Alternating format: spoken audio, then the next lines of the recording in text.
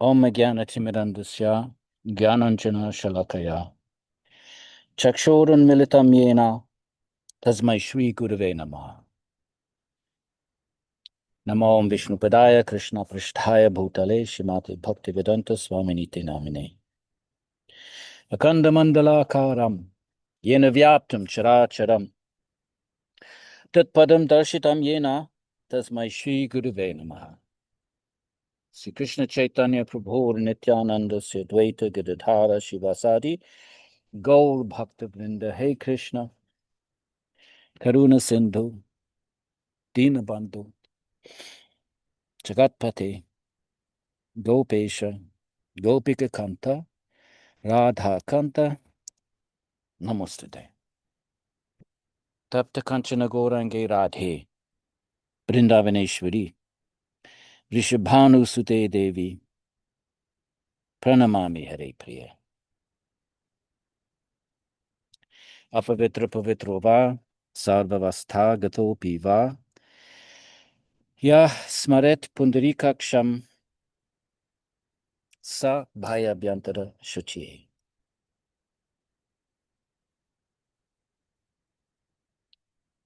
Okay, my friends, thank you for participating, for joining us and reading this wonderful text, the Bhāgavata Purāṇa. I just want to say one thing. I said it last class, but I didn't record it. And most people are actually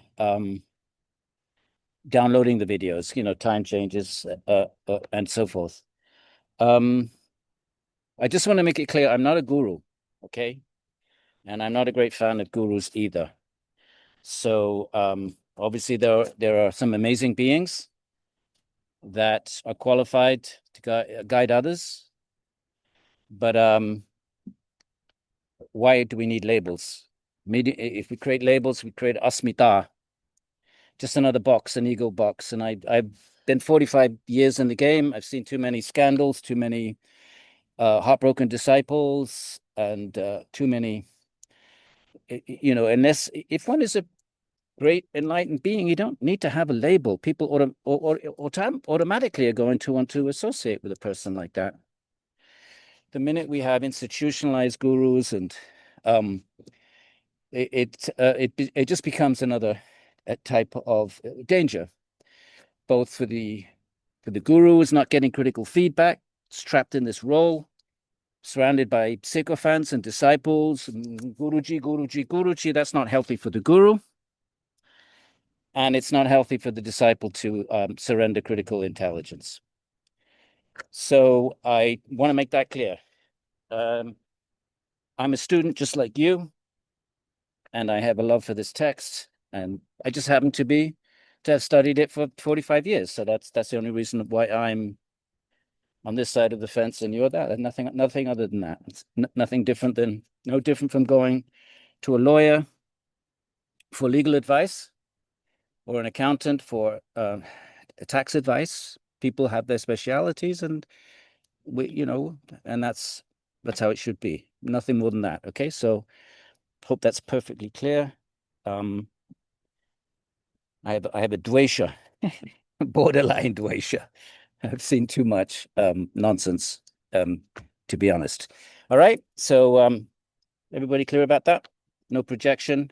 The teachings are powerful. Don't project the teachings on the teacher. The teachings are powerful and they touch the heart. But don't confound that with the persons that's delivering them. And that's the danger. That's I don't know if it's natural, but it's understandable that happens. But we don't want that in this Sangha, okay? No guru bhav. Enough of that. Basta. We are informed consumers now, maybe not in the 60s. But now we have done a lot more svadhyaya and seen enough scandals that we don't want to fall into that trap. Okay, my friends, I hope you understand why I'm saying that. And let's kick off. So I think what we'll do for a bit, a few months, just while I'm finishing up this academic year, selling my house, leaving the country, relocating back to Europe, and a lot going on. We're just going to jump around and sample different stories, the classical stories, the great stories of the Bhagavata Purāṇa. And I did mention it's probably one of the most influential texts in India in terms of its influence on Indian culture, aesthetics, and also theology. The Bhagavata Purāṇa I mentioned has over 100 commentaries, and nothing remotely close to that. No other Purāṇa has more than 2. I mentioned that already in the first class. So it's a very unique text. It's exquisite because what it does is it combines kavya and Vedanta. Normally the Vedanta texts are boring as heck. They're interesting, intellectually stimulating, and they have their role in the grand scheme of things. But you try reading Ramanuja Bhasha. It's, if you have a sleeping problem, you don't need sleeping pills. Read the Bhashas to the Vedanta Sutra. You'll be fast asleep in half an hour. So they can be, a little bit dry, and there's a certain kind of philosophical, dense type of Sanskrit. And then there's the Kavya tradition, the wonderful poetic tradition, which hasn't really made an impact in the West, because you need a lot of training to pick up the conventions of alankara, of Indian poetics. So I hope to study that more when I retire and be able to share that more with you, the poetic aspect of the text. And the Bhagavatam is unique in combining the sort of Vedantic jnana aspect, Sankhya, Yoga, Vedanta, bits of Mimamsa, all of that philosophical stuff pervades the text, but it's written in this exquisite, especially the 10th book. Let me just narrow that down a bit. The 10th book is the story of Krishna. It's exquisite poetry. And that's the offering of the author to Bhagavan.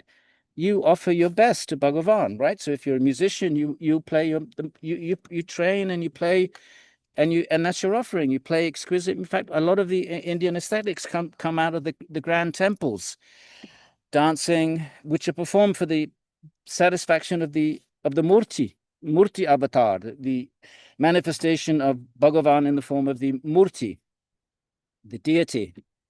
And likewise, poets, really develop their poetic skills, which follow conventions, certain conventions, like any structured system does, whether it's logic or philosophical debate or music. It follows patterns and structures, and so does poetry. And you have to be able to recognize it. You have to be able to recognize that the night lily is going to be a sign of a romantic scene. And jasmine is likewise an indicator of romance. So these are signs one wouldn't know unless one's told. Why would one? And the Bhagavatam, 10th book, which is the story of Krishna, the author it's a kavya, and it's a Purana, and it's an epic, and it's a jnana text. It is just the most unique text, I think, in Sanskrit literature. That's a rather lofty claim, but I think I could defend it, or I could certainly make a case for that. Okay, so we'll just jump around and sample some of the stories. Okay, now let's look at the story today of how did the Bhagavatam. Remember, the Bhagavatam, these texts are considered aparushaya, they're eternal texts, and they manifest in human time and space and history according to context. Okay, so they are manifest. So how does this text manifest at this particular moment of the Kali Yuga, the beginning of the Kali Yuga? These are because Krishna's leelas are eternal. Krishna is eternal Bhagavan, eternally engaging in leela, in relationship with his beloved devotees in the eternal realms of Goloka, which we'll talk more about. And periodically then Bhagavan manifests with his leelas, means his modalities, love of God. What does that mean? What does that look like? Well, Krishna descends For the external reason, he states in the Gita, Paritranaya sadhunam vinashaya cha dushkritam dharma samstapanartaya sambhavami yuge yuge. I come to reestablish dharma. So a lot of the incarnations are kind of martial, really. They kill bad guys, demons. That's the external reason. But the Bhagavatam also said there's an internal reason. Before Krishna does the dharma reestablishing activities, he comes to show us what love of God looks like. And that takes place in the first half of the 10th book of the Bhāgavata Purāṇa. Krishna with his mother, his friends, the gopis, it's pure love. And he comes to show us what that looks like. So that's the Krishna of devotion. Nobody worships the Krishna of the Gita. There's maybe one temple in India here, and nobody worships the Krishna of the Mahabharata. The worship of Krishna is the worship of the Vrindavan Krishna, the Radha Krishna, and so forth. So so that's the 10th book. We're going to read some stories, but the whole idea is we have to be ready to understand this is Bhagavan. Because we think of Bhagavan as God Almighty, Narayana, Yahweh in the Old Testament. We think of Bhagavan in terms of the creator, majesty, power. And of course, Bhagavan is that. But what is exclusive to the Krishna tradition is Krishna hides that, hides the Aishvarya, hides his Ishvara means the one who has the most power. And the most powerful thing from our frame of reference is to create a universe, because all we know is the universe. So all we can conceive of in terms of the maximum power is the creation of a universe. We can't conceive of anything more powerful than that, because we know nothing other than the universe. So Ishvara is the one who creates the universe, and that power is Aishvarya, majesty. And that's Narayana, that's Vishnu. And that's God in Islam and in Christianity and in the Old Testament. But what's unique and delightful, and what makes Krishna devotees is that Bhagavan hides that in order to exchange love with his beloved devotees. And he becomes a little boy, a little toddler, or a baby, or a friend, or a lover, or whatever you want. But in order to have love, you have to hide that. So we'll look at those stories. But in order to prepare for that, the first 9 books of the Bhagavatam give us are mostly Vishnu focused. So we're quite clear who Vishnu is, who is God on high. And and we have the stories of the great bhaktas. And what is bhakti? How do you do bhakti? Right? We know from the Gita that bhakti is the highest yoga, clearly stated in the Gita. But how do you do it? All right, devotion. What does that mean? How do you devote? How do you fix your mind on God? What does that mean? You fix your mind on what? An abstract concept? How do you do that? So therefore, the first 9 books prepare us devotionally and theologically in order to encounter that God on high, covering his highness, in order to for love to be able to transpire. You can't, love and majesty do not coexist.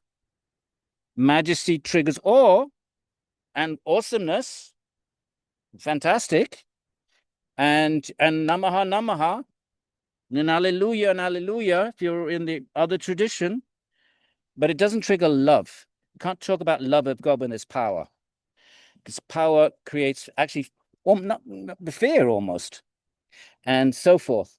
So so love then has to be between equals, or well, no, not necessarily. I'll take that back, because but it has to be majesty has to be covered, because majesty interferes with love. Okay, so so we will look at some of the stories earlier in the Bhagavatam, and we will start with how does it in our particular Kali Yuga, which starts right after Krishna after the Mahabharata war. Krishna returns to his divine realm, eternal kingdom of God realm. And I think it's 34 years after the war. The Bhagavatam then, well, we won't do the very, very first story, where it gets transmitted from Narada to Vyas. We will, but not today. So we're not going to follow, we're just going to jump around a bit for the next few months, because we have 2 sessions a month, let's say, so for 10 or 15, we'll just jump around so everybody gets a taste for the Bhagavatam. And then I'll start thinking more structurally and more in a more sort of, I'll start thinking a little bit more carefully about how to do this for the rest of this life and the next life and the one after that until we all make it back to Goloka. Okay, what do you think, Alice? We just keep going, right? We die, we just keep going. Next life. What are we going to do next life? Then what else are you going to do? Right. So the story of Parikshit. Right. Book 1, chapter 18. All right. So we jumped into chapter 18. Okay, we're going to read it. This is traditional Svadhyaya. Okay. This is traditional Svadhyaya. We read the stories and then they get unpacked. And this is how Hinduism is transmitted. Maybe 0.1% of Hindus, past and present, study Vedanta Sutra and Nyaya Sutra and all those sutras. A tiny fraction. This is how knowledge and devotion are transmitted through these stories. Okay, so this is real life bhakti. This is real life kind of Hinduism, because Hinduism is essentially bhakti, massively at least. So we have after taking up his bow, right? King Parikshit is the grandnephew of Krishna, grandson of Arjuna. Everybody dead in the war. Only 7 survivors. And by the way, the war was orchestrated. The background story, all these stories have background stories and background stories. So the great Mahabharata war, Krishna's egging it on, he's urging it on. But really what's happened is the demons, there's this perennial struggle between forces of light, forces of darkness, which many traditions speak. And the demons are not doing so well in this particular moment. And they all are hiding out on the earth. And they've taken birth as great kings of India and creating havoc because they're demoniac. So they're creating just havoc and just disrupting the Vedic order. And so then the earth goes to Vishnu, the earth in the form of a cow, goes to I'm giving a talk tomorrow in the Vedanta Society. Is Hinduism mythological? What is and it's and we're gonna have to really think about what does this word mean, mythological, and what's the agenda, and what's the subtext about using a word like mythological? Where does it come from? When is it used? Against whom is it used? We need to deconstruct the term. So Vedanta tomorrow. Vedanta, the Ramakrishna mission, the Ramakrishna Center. They probably put it up on YouTube at some point. If you're interested in this question, is Hinduism mythological? So these kinds of stories would be considered Hindu mythology. I have to think of what I'm deciding. Well, anyway, we'll see what happens on Sunday. But so here are the stories. Okay, so. King Parikshit then, so he's the grandson of Arjuna, and everyone's killed, dead.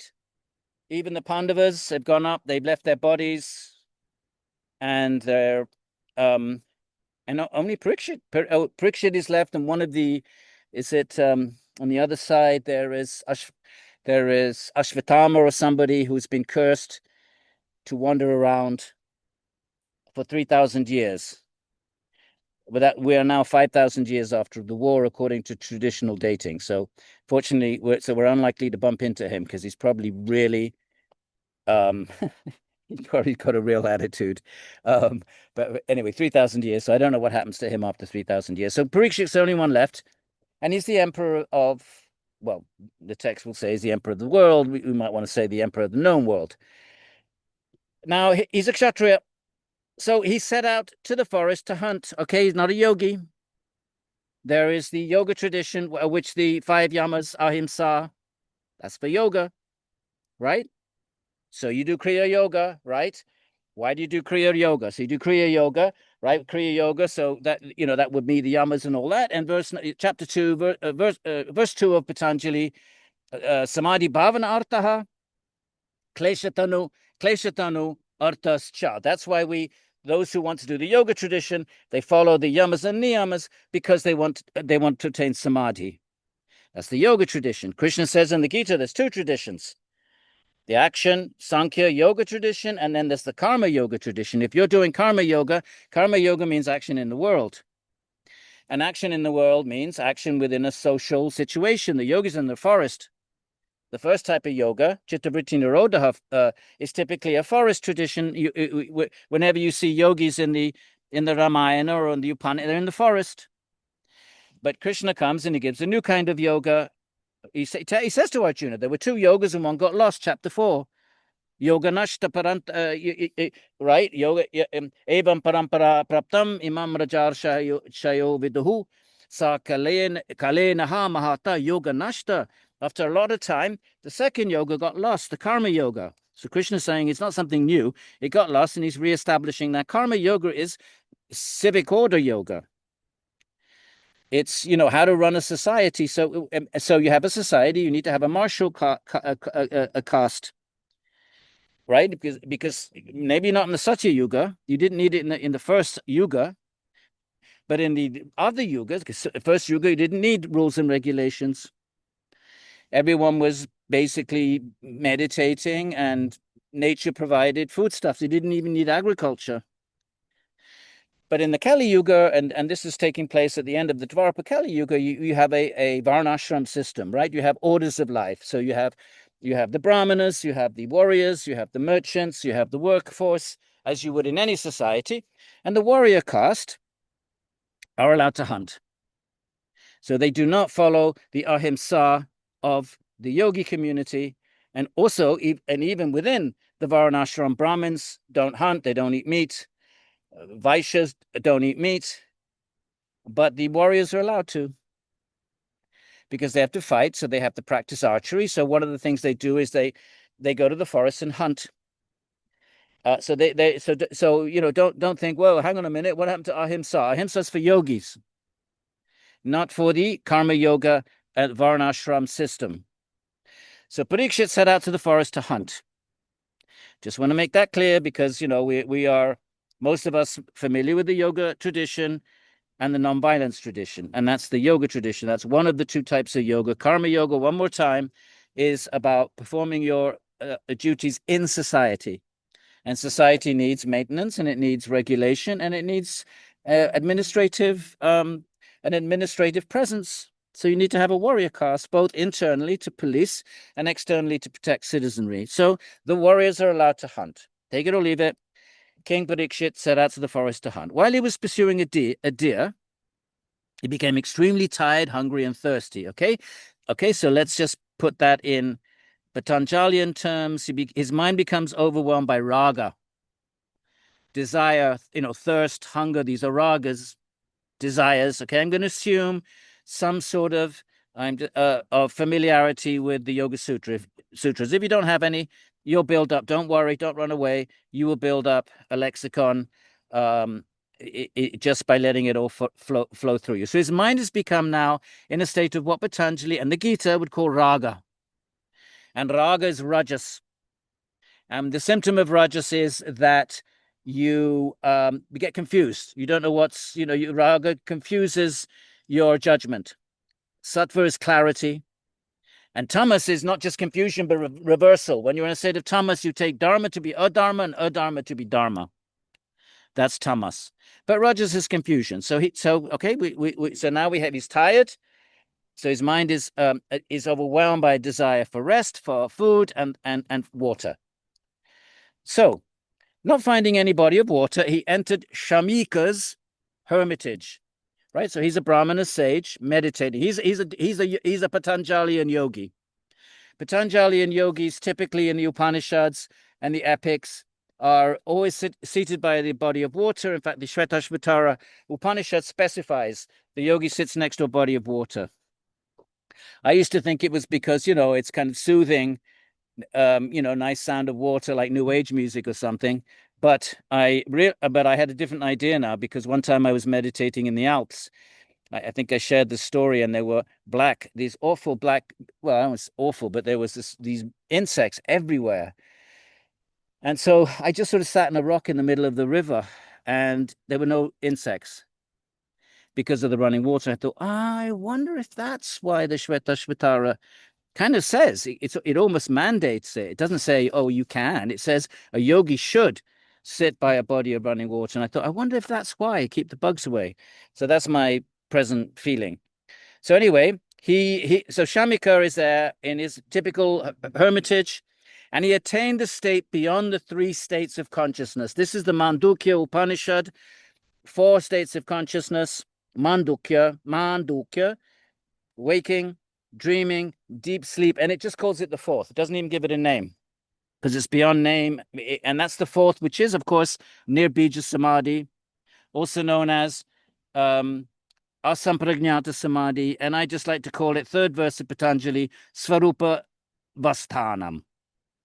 So he's in that 4th state, which means that he's in a state of consciousness is conscious of consciousness. And if consciousness is conscious of consciousness, not aware of anything else, you go up and tap someone on the shoulder, they won't feel it. So he had attained the state beyond the 3, which is the 4th, and he was completely inactive, right? What does Patanjali call it? Pratyahara. His senses, prana, mind and intelligence, restrained, right? Mind, chitta vritti nirodha. What's yoga? Yoga is chitta vritti nirodha. So what is that? So these stories exemplify the kind of dry sutraic teachings. So don't think these are fables, or these are penetrated with jnana. In fact, they're nothing other than a vehicle for transmitting that same jnana, that same bhakti, that is kind of fossilized in these kind of dry sutraic modalities, right? So he's in that state, and therefore he's completely inactive. What does it mean, pratyahara? It means his senses, prana, life airs, mind, and intelligence are restrained. The word for restrained is niroditaha. Nirodha. His dreadlocks were disheveled. Dreadlocks.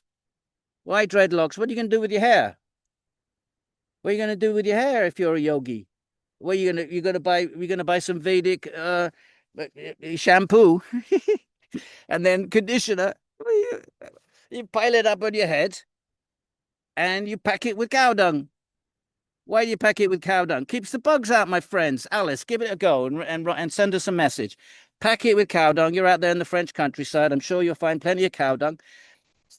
Pile your hair up, bit of cow dung, and see whether the rats stay away and the bugs. So his dreadlocks, right, the original dreadlocks, not the ones you pay $200 for in a hair salon, matted. He was draped in a deerskin. Very interesting, because again, how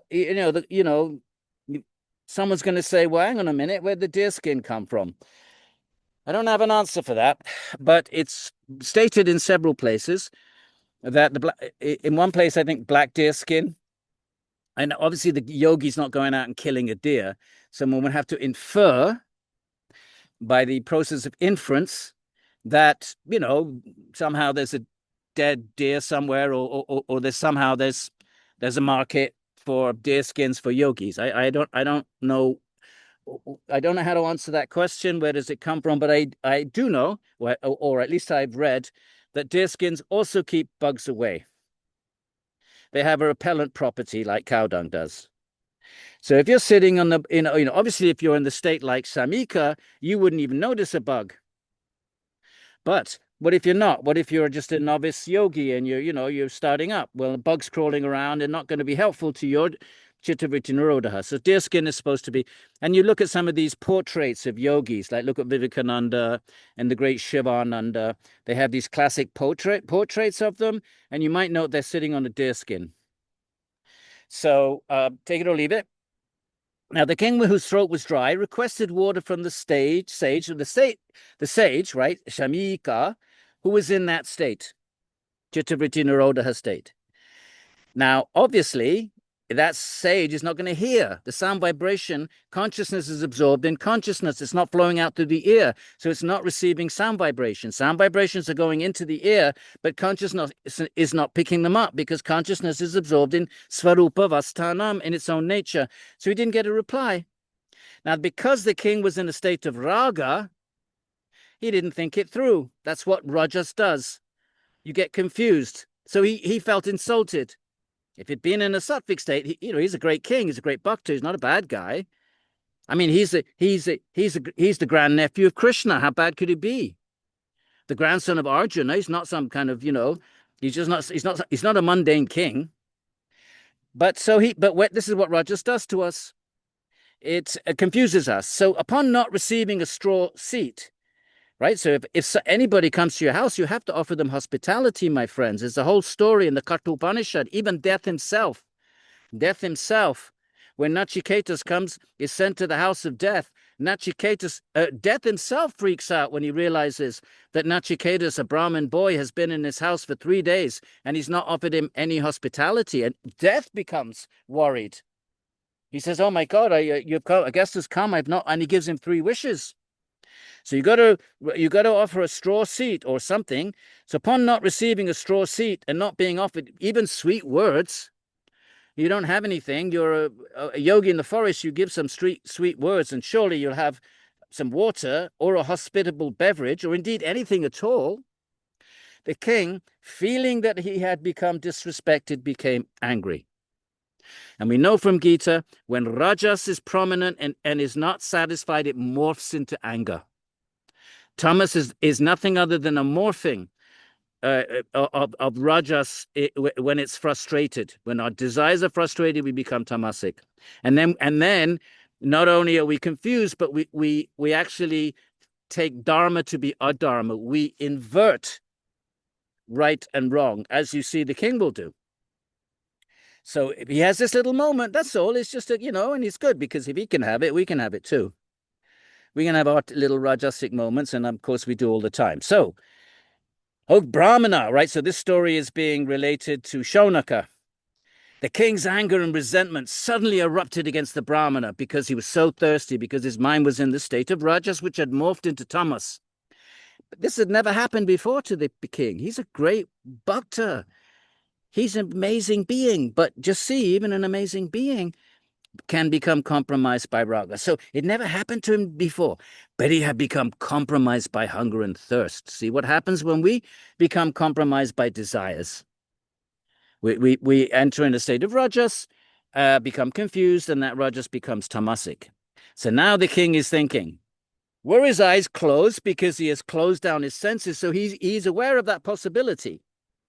But remember, rajas takes dharma to be adharma. So he's aware, well, maybe he's a yogi and he's in this near bija samadhi.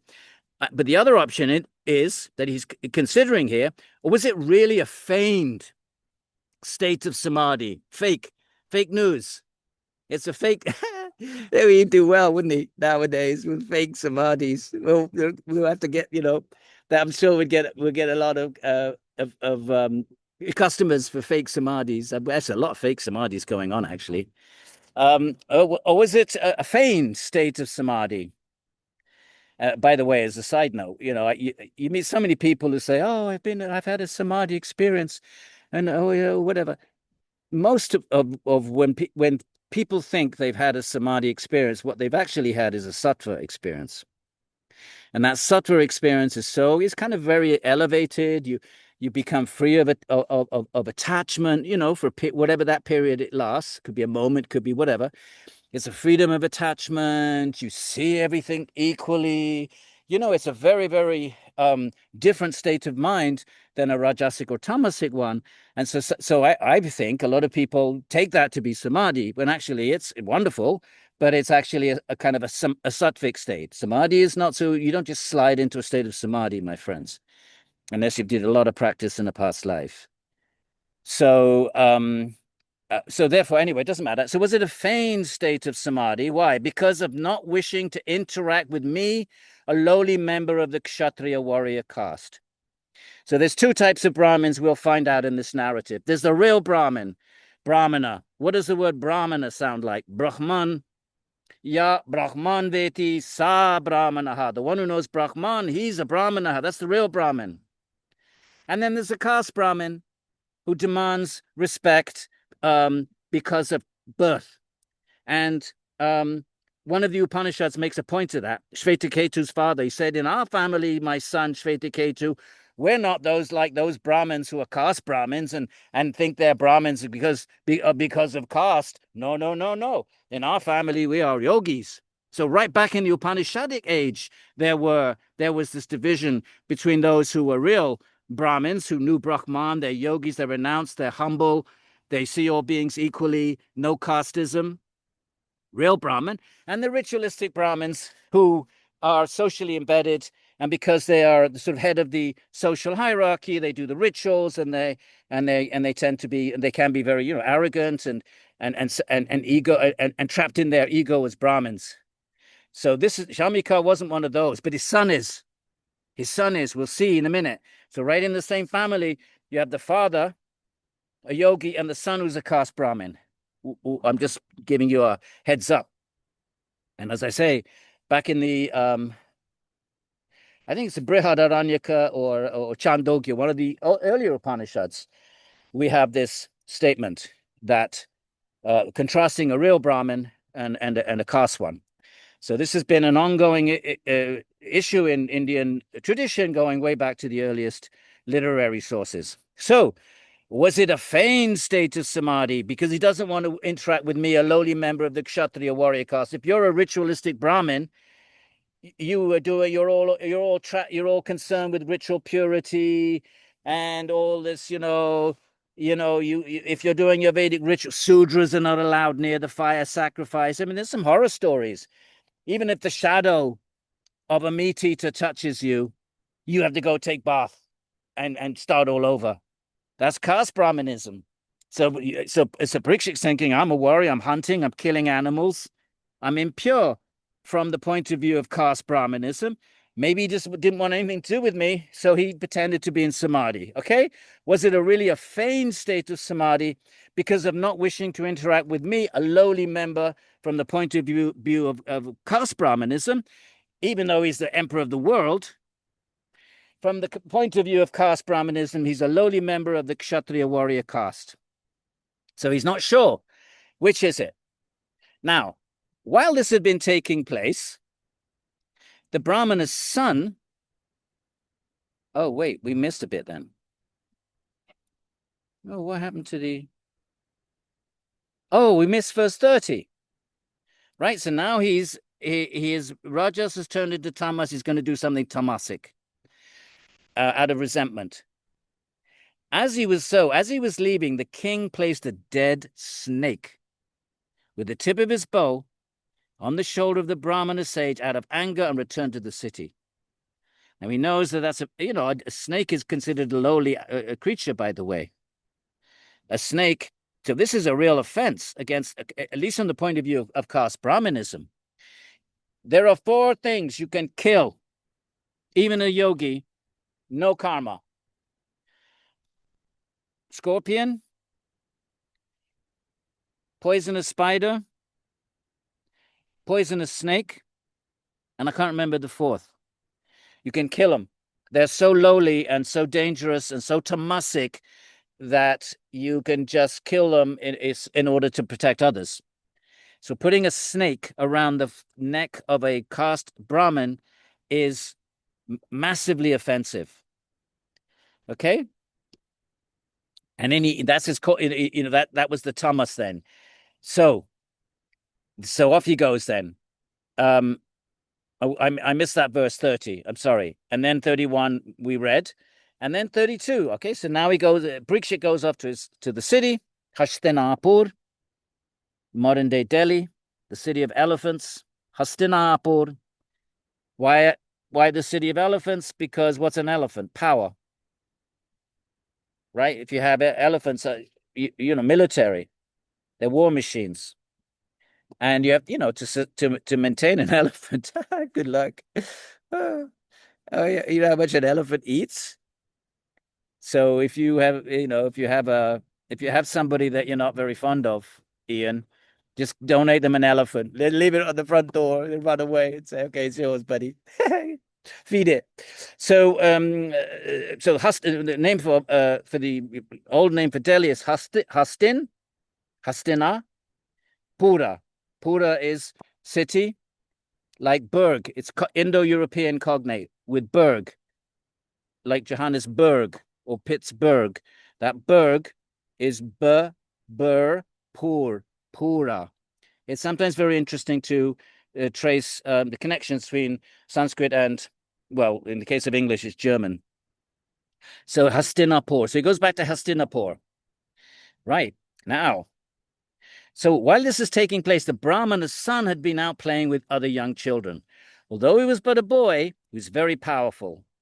So he must have, so Brahmanas can be powerful, but not necessarily yogis. And what does power mean in the ancient India? You can emit curses. You have the power of sound. You do Vedic ritual, and the Vedic ritual is about chanting perfectly. Okay, there's Vedic ritualism, which, by the way, pervades all of the Puranas, all of ancient India. The idea that there's, even in the Gita, Krishna is dismissive of it, but doesn't reject it. Yamimam pushpitam vacham pravidyantya abhipaschitaha vedavada rataparta. These rituals are materialistic. Vedic ritualism, you do a sacrifice and you get stuff. And so and that's how Krishna, that was the context in which Krishna is introducing karma yoga, because to do Vedic rituals, you have desire for a result. You want a son, you do a certain ritual. You want a daughter, you want to go to the celestial realms, whatever it is, and you do a fire sacrifice. But it's not so much the fire sacrifices, but it is the sound, and it has to be perfectly uttered to enact change. It was interesting. We were talking about this in Gita class, right? When I teach these texts, I always try to give them, they're innocent until proven false. And I said to the students, okay, before dismissing this Vedic ritualism that you can chant mantras and make it rain, but let's, they believed in it for 2,000 years. And these are brilliant minds that we are astounded by their ability to Panini's grammar. It's unparalleled in human history, his analysis of language, their philosophical abilities, their aesthetic abilities, their poetic, their poetic sensibilities are astounding. So why is it that for 2,000 years they believed in that you did Vedic rituals and you could do stuff like make it rain? Are they stupid? Do they not see that, okay, I'm throwing stuff in the fire, where's the rain? Give me my money back. So I said to them, well, what if it works? What if it's a lost technique? Technologies get lost. And I said to them, okay, let's think of examples where sound can enact physical change. And so I started off, I said, well, opera singers can crack glass just by sound. So there you have an example of sound causing a physical change. And then another student said, well, yeah, what about the sound, avalanches? That sound can trigger avalanches. So we came up with a few examples in our own little empirical world, which illustrate that sound can have physical effects. Now, that's very different from chanting a mantra and making it rain. But why? How different is it? What if there were mantras that could enact that sort of physical change? We know that sound can enact change. Once you've got that principle established, then what's stopping that principle being extended? So it's not, here's what I want to say. It's not logically impossible. That's all. Whether it's true or not, we don't know. But we can say it's not logically impossible. Is everybody clear? I'm going to say that a lot. Not logically impossible. A logical impossibility means a round circle. That's a logical impossibility. You can't have a round circle. You can't have a square. You can't have a round square. You can't have a round square. Philosophers would call that a logical impossibility. 2 plus 2 cannot equal 5. That's a logical impossibility. So sound enacting cosmic change is not logically impossible. That's all I want to say. And then, I'm sure maybe some of you can think of other examples. Ultrasound, Jane is just suggesting, and any kind of vibration is sound. Any kind of vibration is sound. Whether you hear, whether our ears can pick it up, a vibration is nothing other than, it has to be a sound. It's a movement within physical matter.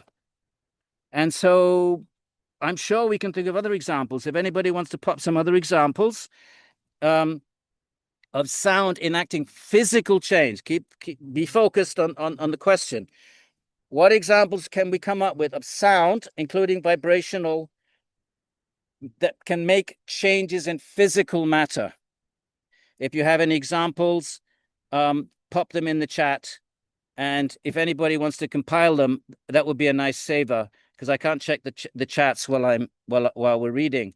If somebody wants to compile them, stick them in a document, and then we'll have a nice little list of examples. And I mean, because we want to give, the way I teach is let's really give the tradition maximum leeway before dismissing it as mythology, which simply means it doesn't fit in our little post-enlightenment boxes. That's all it means.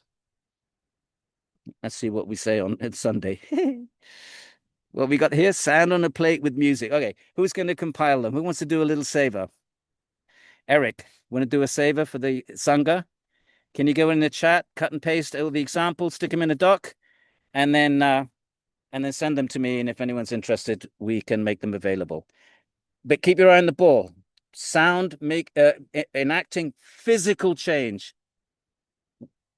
Okay. So why? Because he's gonna curse the king. Let's see. Now, when he heard that his beloved father had been subject to an offense by the king, he uttered these words then and there. Just see the irreligiousness, dharma, of the rulers. He's a caste Brahmana. They're like crows. He's the emperor of the world.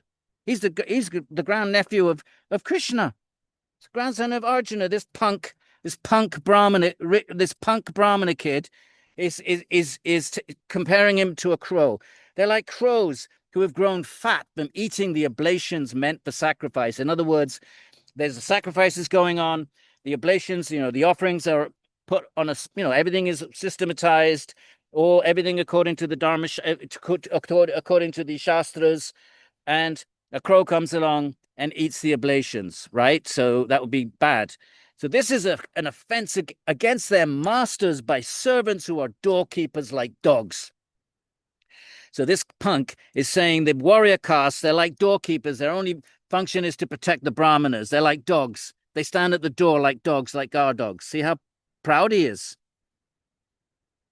All right. And this is Parīkṣit. A lowly kshatriya is clearly ordained to be the doorkeeper of the brahmana caste. How does one who is supposed to stand at the door of the house deserve to eat from the same dish as a master? You're going to get a lot from this Bhāgavata Purāṇa. You're going to get jnana, you're going to get bhakti, you're also going to get Vedic culture. It's rich. We just need to unpack it. So, we're not going to rush through this, my friends. It's not this, read that, okay, what's next? Oh, Dowdy Jing, okay, done that, what's next? Okay, let's read the Bodhicharita. No, we're gonna unpack every verse as best we can. Okay? We got loads of examples there coming in, that's great. So, since Lord Krishna, the punisher of the miscreants, has left the world, remember this is 34 years after, I myself will today punish the transgressors of the law. Just witness my power. So he's almost comparing himself with Krishna. That's how arrogant he is. And now he's going to witness, this is Brahman power. So you could say, well, how did he get his power if he's a punk Brahman? Oh, probably, he was probably born with it from a past life. Or, he could be trained. You could be trained in, don't think that everybody that has powers are yogis. When Patanjali talks about siddhis, the mystic powers, in the beginning of chapter 4, he says, how do you get those powers? He says, tapas. Tapas. He says, mantra. He says, aushadhi. And then he says, you know, a mantra, aushadhi, you know, aushadhi means herbs. You get powers from herbs. I remember teaching this in the Lower East Side at Dharma Mitra's, you know, at Dharma Mitra's studio, all the East, the Lower East Side with the tats and the earrings, and they were like, "Hey, dude, what's this oshadi? What's this plant?" They thought, okay, that sounds like, you know, some of the stuff we do. But anyway, so there's 5 ways you can get powers, and one of them is tapas, one of them is mantra. So you don't have to be a yogi. If he was trained as a brahmana to recite the mantra, to recite certain mantras perfectly, they would still enact change.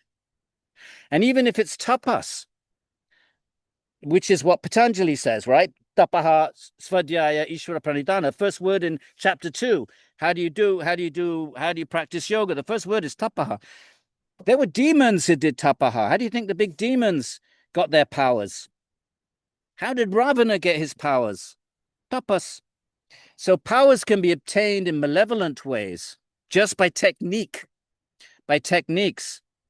So this kid would have got his powers by brought up in a Brahmin family, and he would have been trained from the earliest age to chant precisely, no different from learning to sing classical Indian music, no different from any other skill set.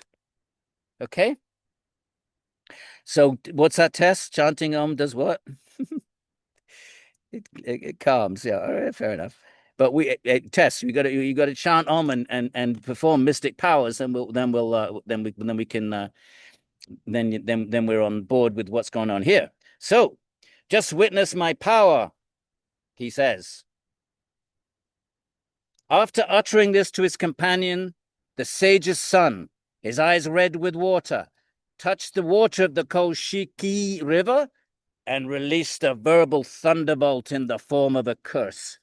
So that would be some kind of a black magic mantra.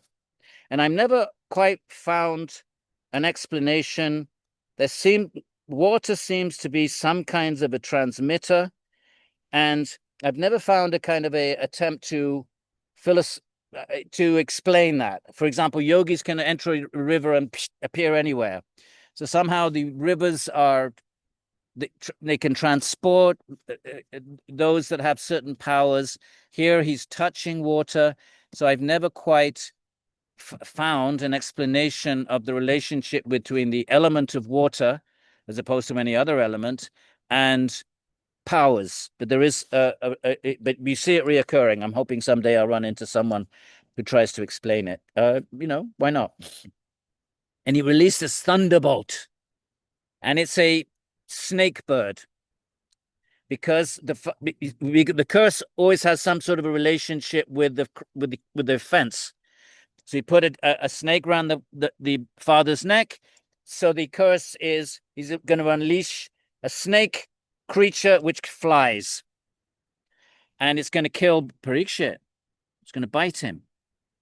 See what kind of a character this kid is. So unleashed by me, the snake bird Takshaka will bite that destroyer of his family's reputation. Right? He's saying Parikshit's destroyed the reputation of Krishna and the Pandavas and the Kurus. That's the family, by offending a Brahmana. That's how highly he esteems his Brahmanism, right? So he unleashes it. He has transgressed the limits of the law, dharma. Dharma is, the Brahmanas actually are always, Brahmanas are always, we might not like this, but Brahmanas are immune from offense. They can get away with anything in the Dharma Shastras, as I recall. Certain categories are just the Brahmanas. Of course, they Brahmanas wrote the Dharma Shastras. That might have a little something to do with it. But that's the law. He's transgressed it. He's offended a Brahmana. So then, what happens next? He's transgressed. So whenever there's law, then you plug in dharma. He's insulted my beloved father, he said, which means he's been insulted. It's really about him and his ego, because his father doesn't take offense, as we'll see in a minute. Having done this, the boy returned to the ashram, and notice, my friends, what is an ashram in the old text? It's not some great big community. An ashram is a shack made of bamboo poles and a thatched roof. The term was then applied in the nationalist period in Bengal by I think it was one of the Chatterjees in the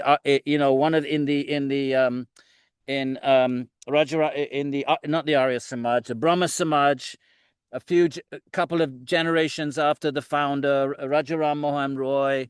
One of them, I forget his name, established a community and applied the name ashram to it.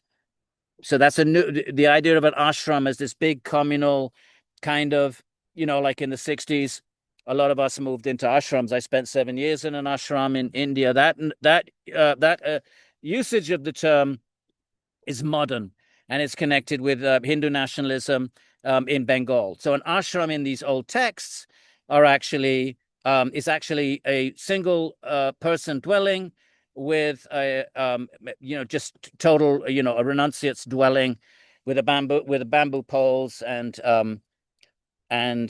I guess straw roof and such. Okay, so we see it here, the ashram. That's Samika's. Oh, I guess his son is living there, but still, it's not like a big community. So having done this, the boy returned to the ashram hermitage and saw his father with the corpse of the snake on his shoulder. Overwhelmed with pain, he cried out aloud. The father, a descendant of sage Angira. Okay, so there's 10 Brahmana families. Because everything, families were really important in ancient India, as they were all over the world. Your lineage would have been no difference in Saxon England. So, but very much so in India. And so there were two warrior dynasties, the moon and the sun. So Rama is Surya Vangsha and Krishna is Chandra Vangsha, or maybe the other way around. I think that's right. And there were 10 Brahmin gotras, and each 10 families, and each has a responsibility for one of the Vedas, along with the associated Brahmana of the Vedas and Upanishads. So they would have a particular lineage of texts that they were responsible for. One would be the Atharva Veda, another would be the Rig Veda. So there would be 10 families, and they all had they handed down generation after generation their specific ritualistic. So a fire sacrifices needed 4 different kinds of Brahmins. It needed the Yajamana, the one doing the ritual. It needed a Brahmana, called Brahmana. Then it needed the Hotra. And then like that, there were 4, and each had different roles. So one's chanting the Rig Veda, one's chanting the other Veda, and there are 10 families. And one of them is Angira. So you notice how it makes a point of stressing his lineage. So he why was he mention it? Well, because that's how you identify people. So the father, a descendant of sage Angira, meaning he's coming in that one of the 10 families, he heard the cry of his son. And notice he didn't hear Parikshit, because he's in a state of nirbija samadhi. But there's something about the cry of a child, that the parent, even in a state of nirbija samadhi, it penetrates the mind and attracts consciousness. There's something about that cry, as any parent will tell you, about the cry of a child. So even though when Parikshit spoke to him, he didn't hear anything, but the cry of the child, the wail of the child, did. And we should stop right 1 hour, and then because of uploading these, I'm just going to stop and start again immediately. Okay, everybody. So what am I doing? Stop. Just stay right there. Okay. So, okay. So we start, so we share, and in we go. So the father, okay, heard the cry of his son, slowly opening his eyes. So he's coming out. His consciousness now is no longer svarupa avasthanam avastitaha, absorbed in its own nature. It's now that consciousness now emanating out through the senses, the wail of the child, like a magnet, pulled consciousness out of its internalized svarupa state, out through the senses, heard the wail, and slowly he's gathering himself. And if we had a moment, we could say, well, what is that state like near Beecher? Does anybody want to spend a moment on that? It's not actually in the text, but it's an interesting question. What is it like? Because it's not leaving any imprints in the mind. So there's no memory. Memory is when you see something and it's imprinted in the mind, and then you can recollect it. But in that state, there's no imprint. So then the question is, well, how do you know what it is then? Right? If I ask you what something is, you go into your memory and you pull out your imprint.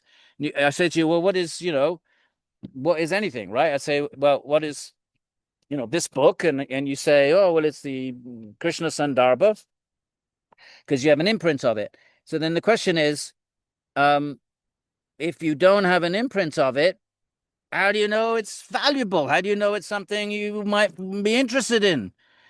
And you can't answer that question other than saying this, right? Okay, the Vedantins say Satchid Ananda, okay, Ananda, fine, Ananda, it's Ananda. What the heck does that mean? What we think of Ananda, what do we think of? What do you know? Ananda for us is what? Some sensual pleasure.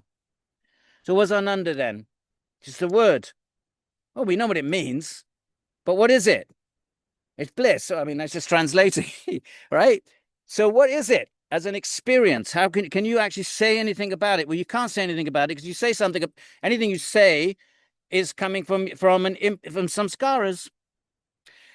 So Vedanta tries to sort of deal with this by saying, well, it's Ananda, and then the Brihad and the other two Upanishads say, well, take someone who owns the whole world, perfect health, all of that, owns the world, lives 100 years. That's 1 unit of bliss. 100 of those is 1 unit of bliss of the celestial. And he goes up all the celestial realms till you get to, like, we did it on the board once, 10 to the power of 18 units of bliss. So in other words, if you multiply a king who owns the whole world, perfect health, all of that, multiply it by 10 to the power of 18, then the text says, and that's 1 unit of the bliss of Brahman. So what's it trying to do? It's trying to quantify it in some sort of in a rhetorical sort of way. Not helpful. But here's what's helpful. One thing that the texts are very clear about is if you can't describe it, when you exit that state, there is nothing in the world that interests you. No sense pleasure, emotional, nothing. Whatever the pleasures of this world is, the yogi's experience, whatever that ananda is, wants nothing to do with it. So then you have two options. You either keep going back, try to go back into that state until you have to, until you karmically can leave your body. You don't get reborn, but you have to finish up the rest of that life because the wheel of karma is already been enacted at birth. Jati, ayur, bhoga, the moment of birth. Like an electric fan, you pull the plug, it doesn't stop because kinetic energy is invested in it. So you just got to slow down. So you finish the rest of that life. You either just sit in a cave or, and this is the jivan mukta, liberated mukta, but jivan still in the body.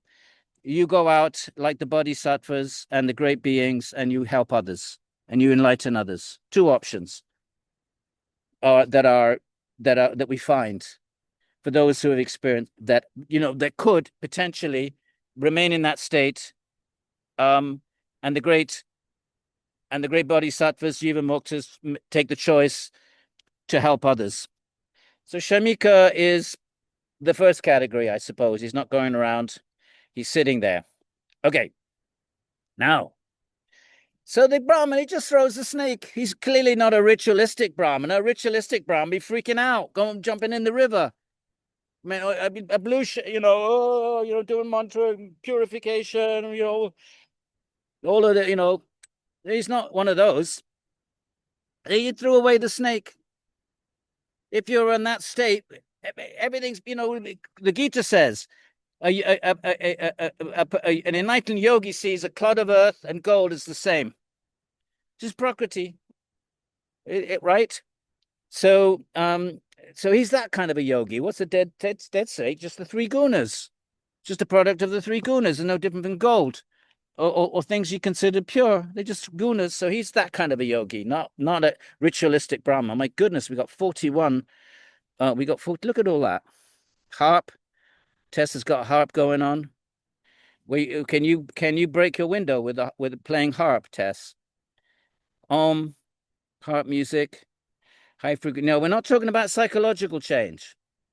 Keep your eye on the ball. This exercise that I've requested you to compile, physical change, not psychological change. We know music can, war music fires you up to fight. We're not talking about psychological change. We seek examples in order to try to give the Vedic sacrifice maximum credibility that we can from our own empirical experiences. We're looking for physical change. Everybody clear? Not psychological. We know music can affect your mood. That's an easy one. Physical, out there in the world change, not there in our heads. So, Eric, just compile physical ones. And a loud noise can burst the eardrum. Yeah, that's a physical change. See, that's a good example right there. Right, now. Okay. He threw aside the snake. He inquired, "My son, Vishanti, what's the big deal? Why do you wail? Who's wronged you?" Addressed in this way, the son informed him about what had happened. "Dad, this punk king came and I showed him, Dad, I showed him what we Brahmanas are." When he heard the account, the father did not approve of his son's curse upon the king, who did not deserve such a thing. Father's a yogi. Kid is a punk. Punk Brahmin. Aho, aho. This is an exclamation in Sanskrit. Aho, aho. It sounds like an Irish sailor, doesn't it? Aho, land, aho. Aho, aho. You have done a grave thing today. You have inflicted an enormous punishment for a minor offense. You should never equate the king with ordinary men, you foolish boy.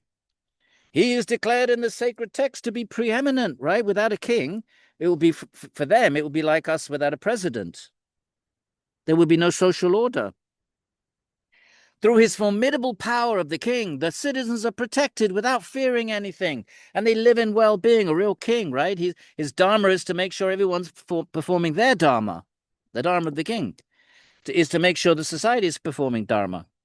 The king, Lord of men, is equal to Lord Vishnu, the wielder of the discus, right? The four arms of Vishnu, one holds a discus, chakra.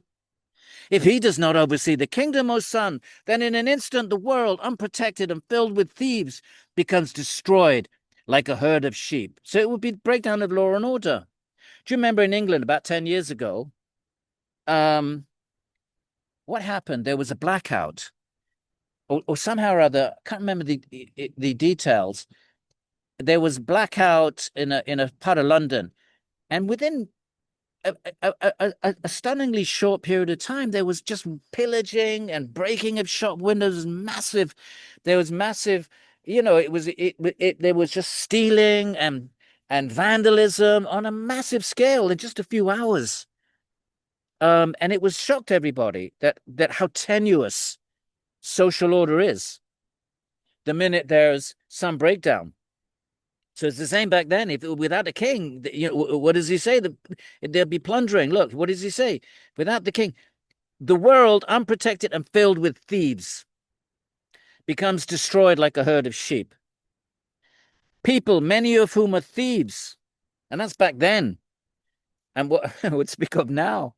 Well, curse, kill, rob cattle, women, and wealth from each other. I mean, even when there is law and order.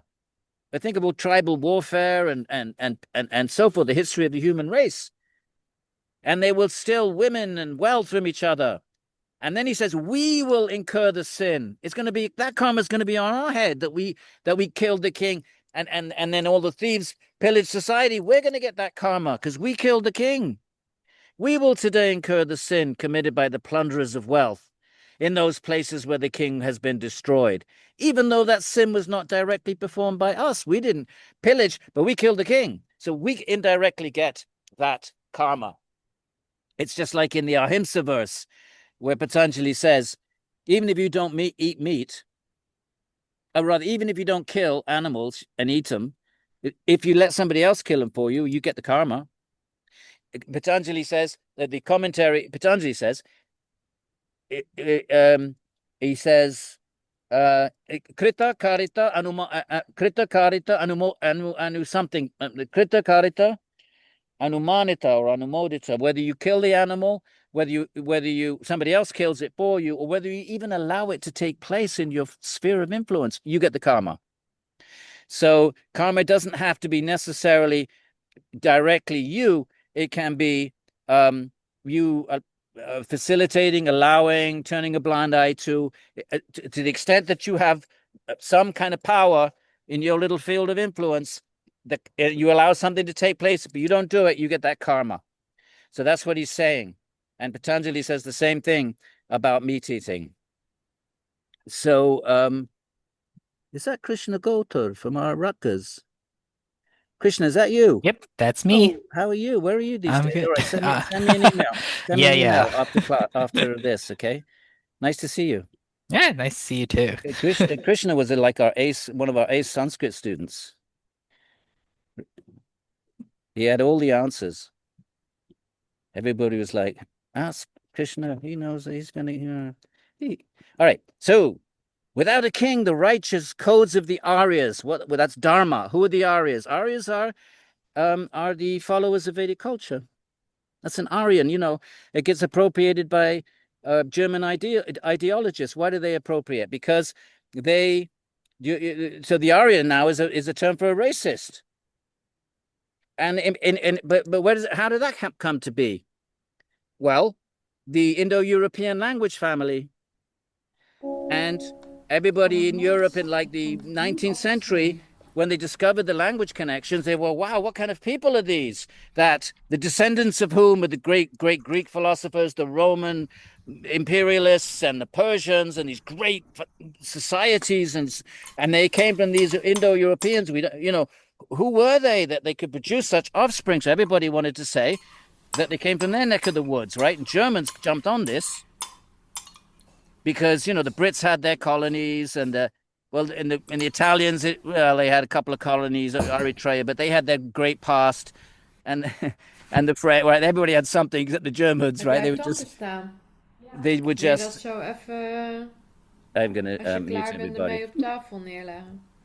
So therefore, Germans. So then they said, okay, how do we find out who these people were? So they went into the Vedic text and they found this word Aryan. But that's not enough.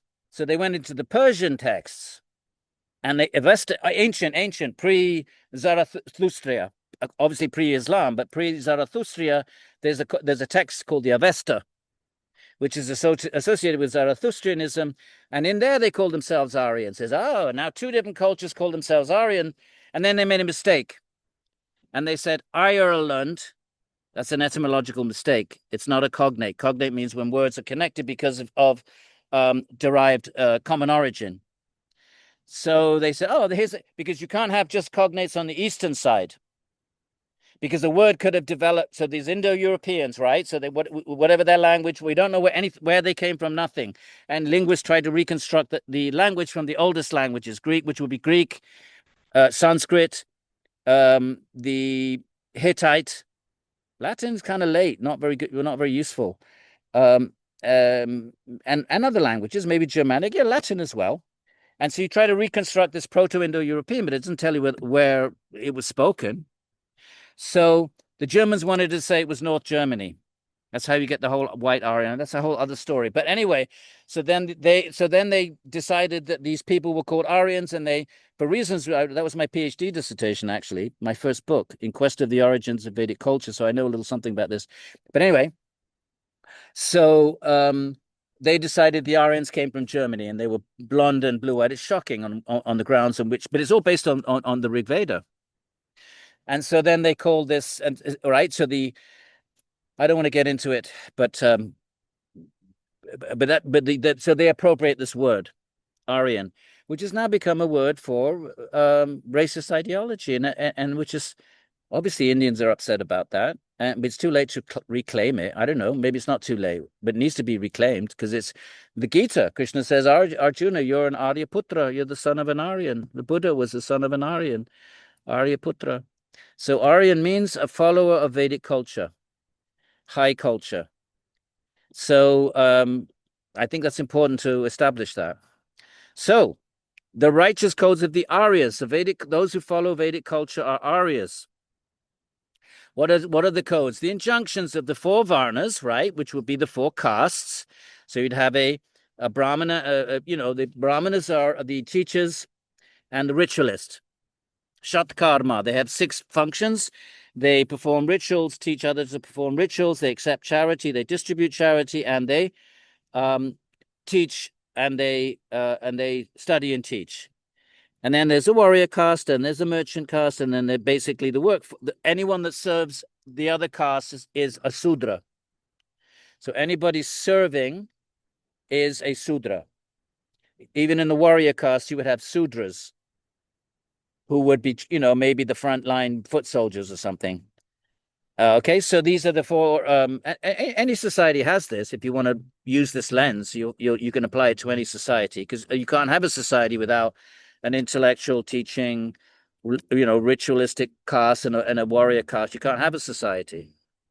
So 4 varnas.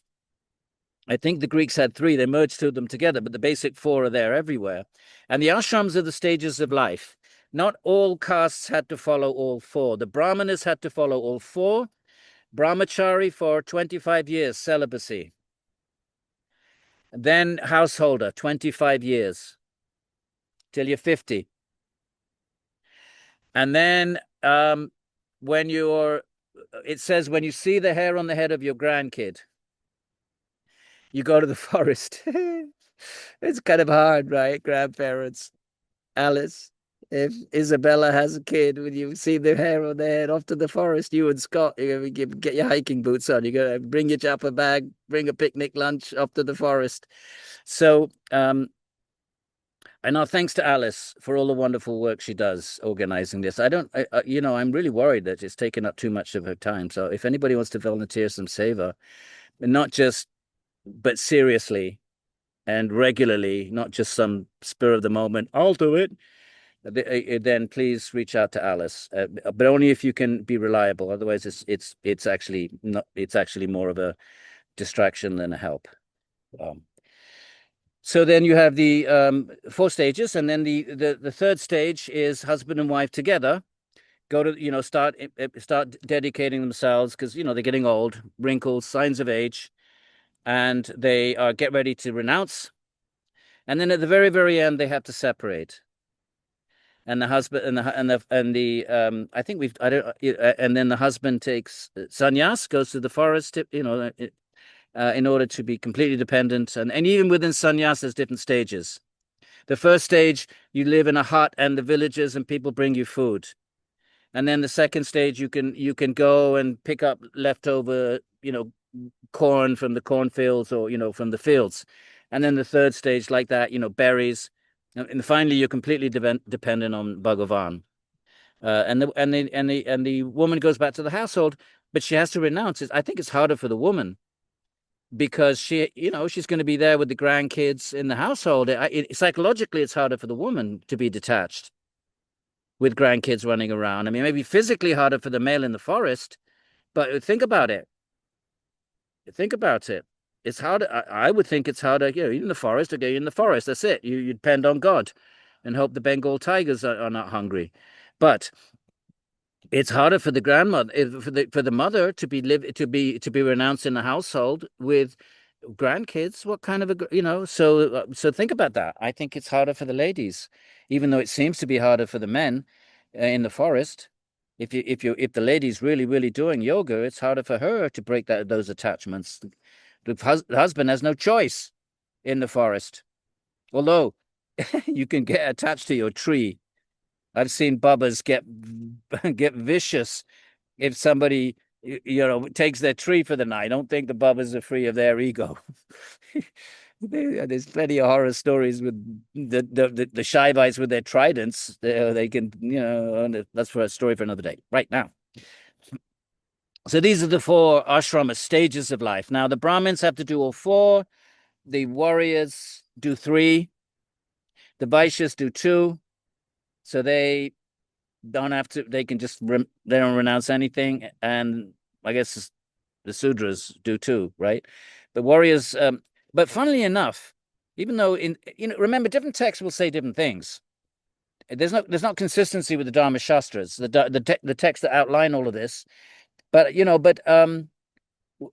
there's a scholar, sometimes scholars do useful academic stuff. It's not all, but analyzing, he looked at the names in the Upanishads, and a lot of them are warriors, and they're in the forest, so they have taken sannyas. And you can understand it, because what kind of to go to a forest, you have to have a pretty martial spirit to go and sit in a forest and meditate with the wild animals and everything. You have to have a kshatriya kind of, I think it would be harder for a Brahmin. You've been sitting there chanting mantras, and then you got to go to the forest, and you're a wussy Brahmana. All you did was chant mantras and throw stuff in the fire. You're going to have a hard time in the forest. So a lot of those names were warriors, kshatriya names, even though according to one Dharma Shastras, kshatras don't have to take sannyas. And these are all interesting little asides, which I find interesting, and I hope you do too. So now, the injunctions, the varnas, outlined in the 3 Vedas. They're not actually outlined in the 3 Vedas. They're mostly outlined in the Dharma Shastras, but we'll go with it. So if without a king, that all of that will vanish. That would be a breakdown in social order.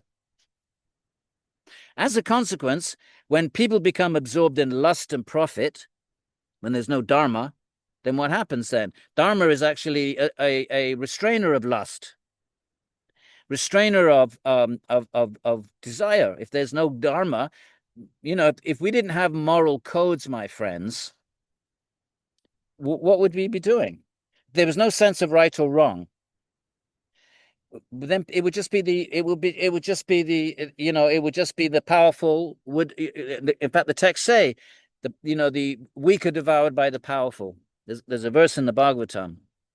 So if you want to restrain that, then that's dharma, means a restraint of desire and violence. So, and that's what he's saying. So, now, what is he saying? People behave, right, as a consequence, when people become absorbed in lust and profit because there's no restraint, because dharma's broken down, the mixing of castes will ensue. Now, this is interesting because Arjuna makes the same argument at the beginning of the Gita. If I kill Bhishma and Drona and all these warriors, where the elders will be killed, who's going to maintain dharma? And there will be an intermixture. Now, from the Vedic point of view, that's not good, because you will have offspring that don't know what their role is in life. Whatever we want to say about the caste system, let's try to look at it in a positive way. We know all the horror stories. We've had plenty of those. How about we try to apply a different kind of lens and say, well, what might be the logic? Even every structure gets perverted. Look at our freedom of press or our democracy, right? It looks very nice on paper, but look what's happening to it now, right? So any structure can be perverted.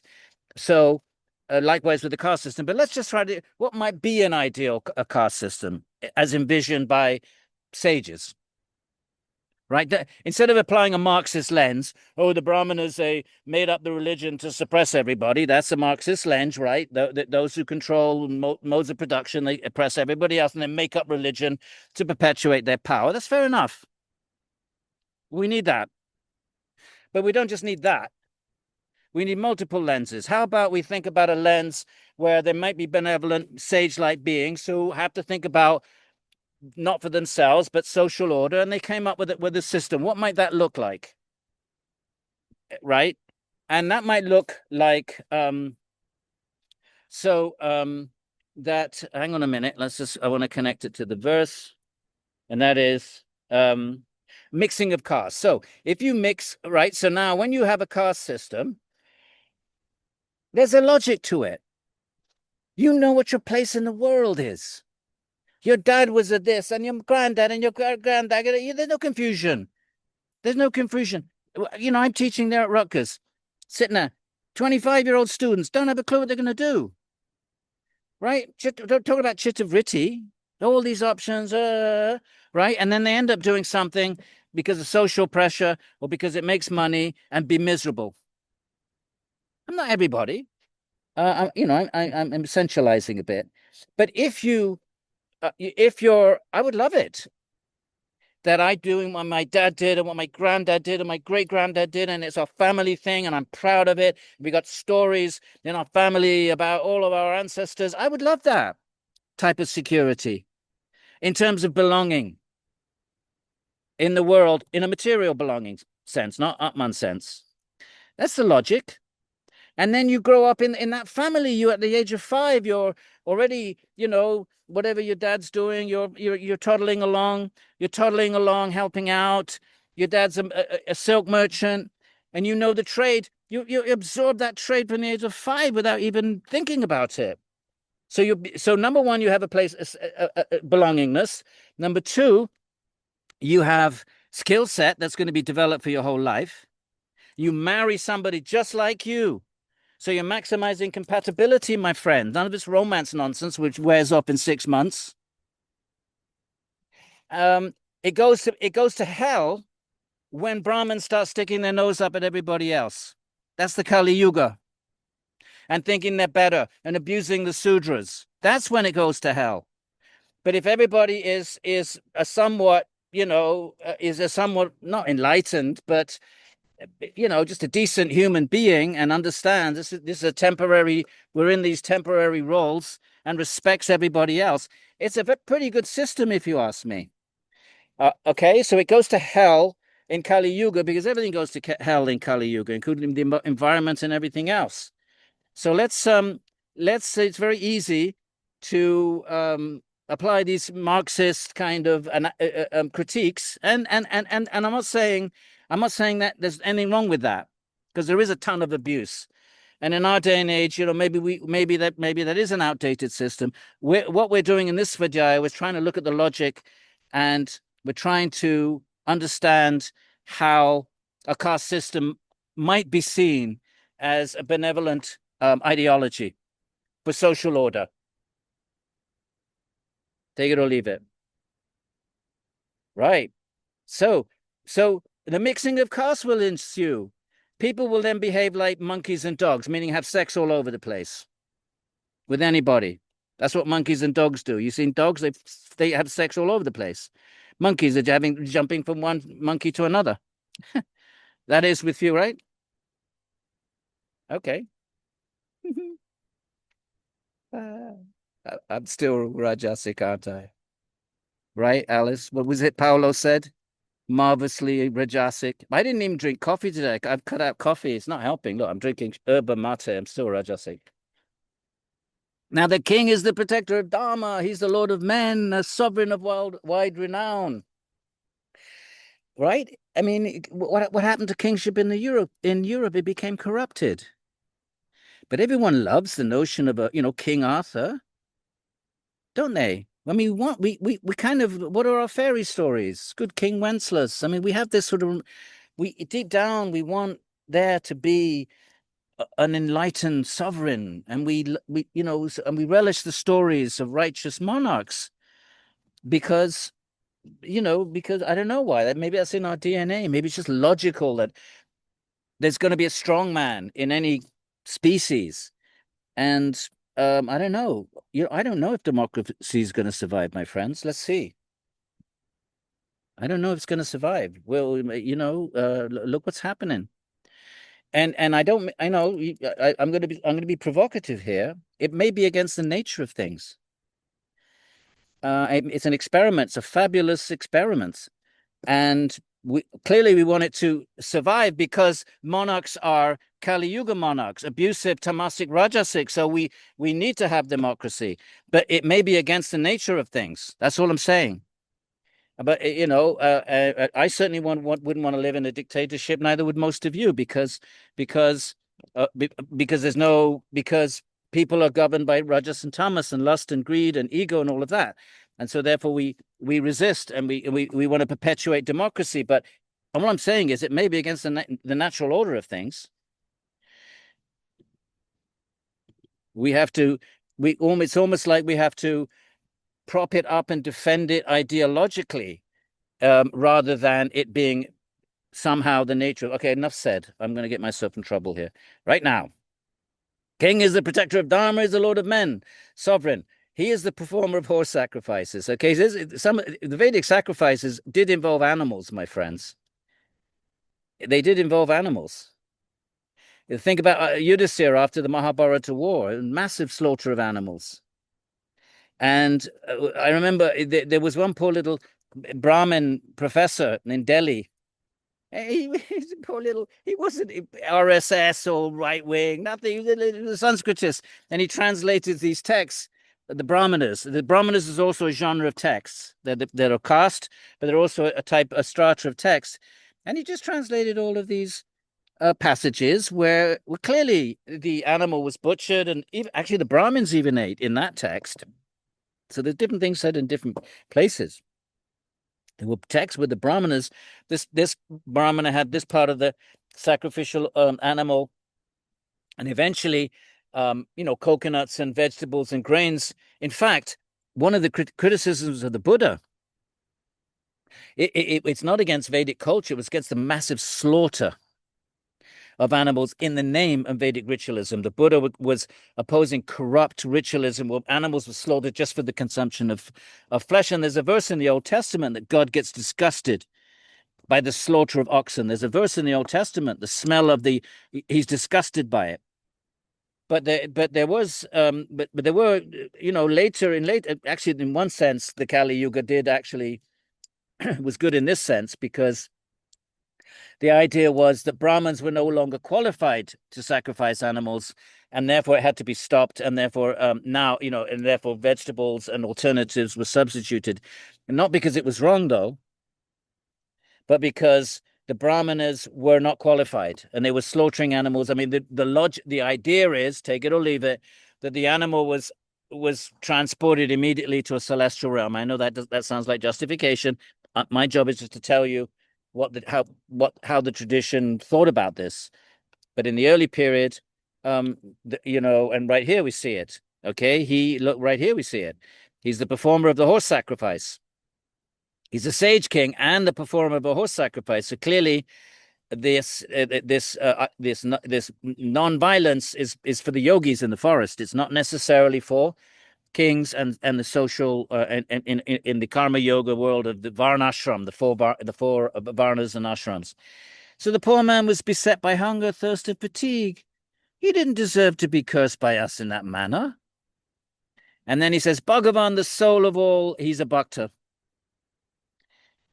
Please forgive the sin performed by this young, immature boy against his sinless servant, the king. Now, and he says, look, the Lord's devotees, Parīkṣit could have returned the curse. The Lord's devotees, even though certainly capable of doing so, do not retaliate when abused, insulted, cursed, and dishonored. What's the Gita tell us? Rise above honor and dishonor. So devotees follow, and Parikshit's a devotee. So on the one hand, he has to do the dharma and he can hunt, but as a devotee, he rises above. He's abuse, insult, curse, and dishonor. So there's a lot going on here, and I hope you're getting a sense that there's going to be a lot of bhakti. We haven't had much bhakti yet, but that we are going to learn a lot about Vedic culture, and I hope that's I hope that's good for you. You should, my friends, may I suggest, know a little bit more about the cultural context from which yoga emerges, if you wish to be informed consumers of yoga. So this is all good for you, I hope, and I hope you're not bored or feel this is mundane. If you do, then I don't know what to tell you. This is what our svadhyaya is going to be. We're going to read the text and we're going to unpack it. That's the program. Take it or leave it. and we'll leave a few minutes for questions, right? Generally, saintly persons like Parīkṣit, he had a Rajasic moment. He had a little moment.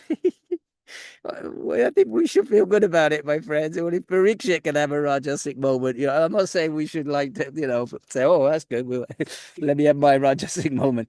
But it does show that we have these moments, and you'll see that immediately Parikshit reorients himself in the next chapter, instantly. So that's a good example for us too. That when we have our little Rajo Tamasic moments, we pull ourselves out of them. Right.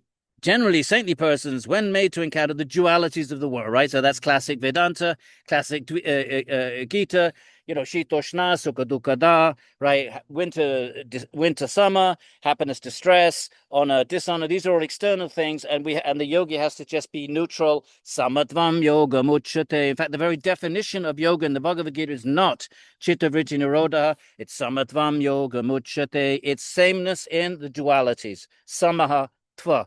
Samaha is an Indo-European cognate to same. Samaha. Right, Krishna? You're going to be our Sanskrit checker. Are you still doing Sanskrit, my friend? Yeah, I'm working on a personal translation of the Gita actually, just for my own personal Awesome. desire. Oh, well done. Well done. See, that's an aklishta desire. It's not klishta, it's aklishta. It's a good desire. Okay, so generally, saintly persons, when made to encounter the dualities of the world, are neither disturbed nor related. No sukha, no dukkha. Samaha. Why? This is because they have realized the Atman, which is situated beyond the gunas. Right? Happiness, distress, that's all in the gunas. All right, and then we'll have some questions. I just wanted to show how Parikshit then instantly reorient themselves. Remember, this is how the Bhagavatam gets spoken. I'll just give you a heads up. Okay?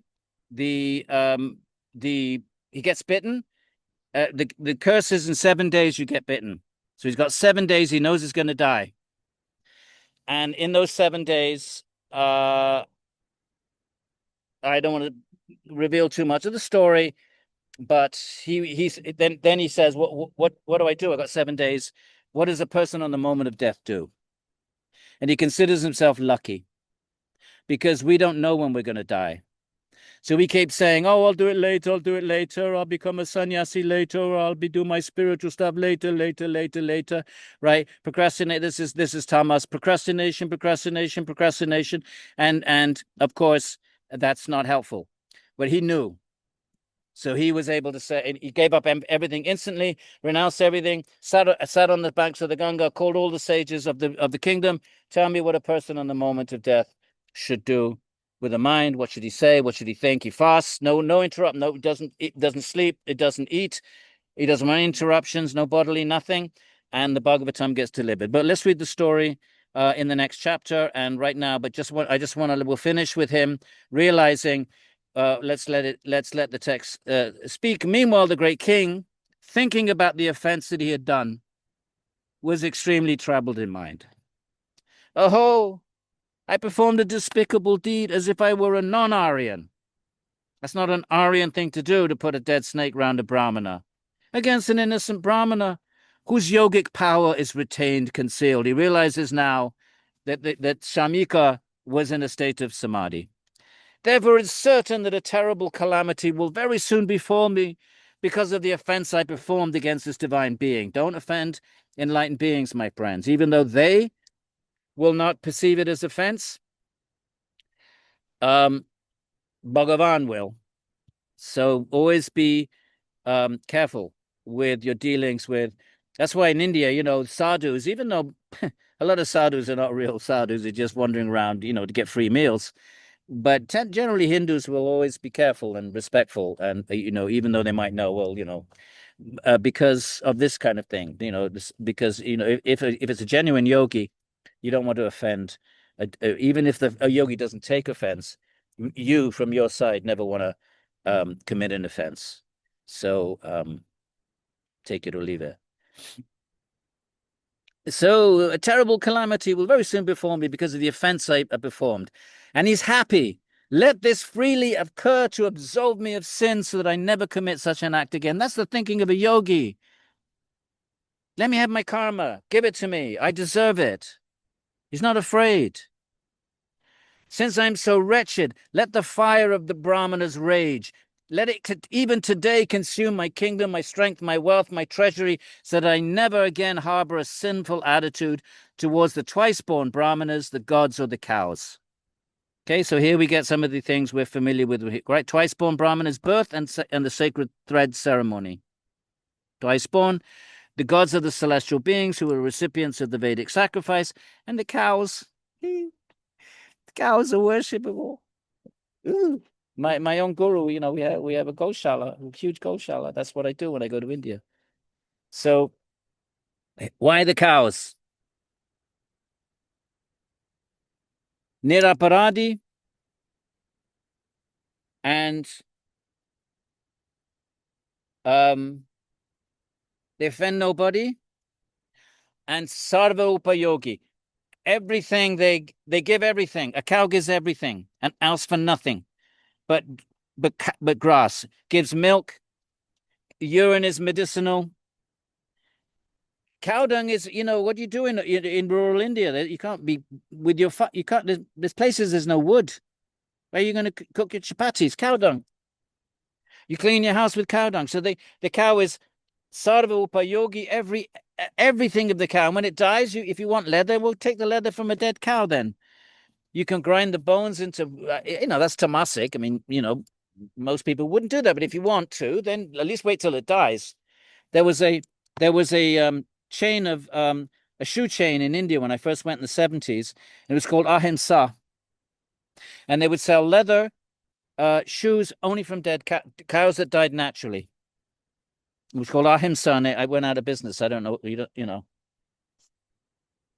So the cow offends nobody and gives everything, and therefore sets an ideal for human beings, and is therefore worshipable. Niraparadi sarva upayogi. Ask for nothing, give everything, every single aspect of your being. And the problem in India today is there's still this idea, that the cow is sacred, but they're not taken care of. So they wander around the streets eating plastic bags because they think they're flowers, these bright colored plastic bags, and they get caught in their stuff. You see the cows in India foraging and rubbish dumps. This is Kali Yuga. So on the one hand, you're not killing them. On the other hand, you're not maintaining them. Well, what kind of a situation does that end up with? They have no function. The bulls have no function now. They wander around. The bull was the father. He plowed the fields. When I went to India, there were no tractors. But you rarely see a plowed field. So what happens to the bull? They're not killed because of this sensitivity, and they're left to wander, skinny. It's Kali Yuga. What do you want to say? And we should talk about Kali Yuga sometime. We were talking about it in Hindu philosophy yesterday. We think of, we'll take 1 minute, if you like. We think we were advancing because we're judging technologically. We think we live longer, we're healthier. So we judge it by our standards. The sages of ancient India understood it 4 principles: non-violence, cleanliness, austerity, and honesty. Non-violence. There's never been as much slaughter of animals, and look at our warfare, just with bombs from the sky. So violence is massively increased from anything known even 100 years ago. And if you add animals into the mix, massive slaughter of animals, that even 100 years ago wasn't like that. So clearly himsa, not ahimsa, violence is massively increased. Truthfulness, well, just look at our politicians. Fake news is normal. It's been normalized.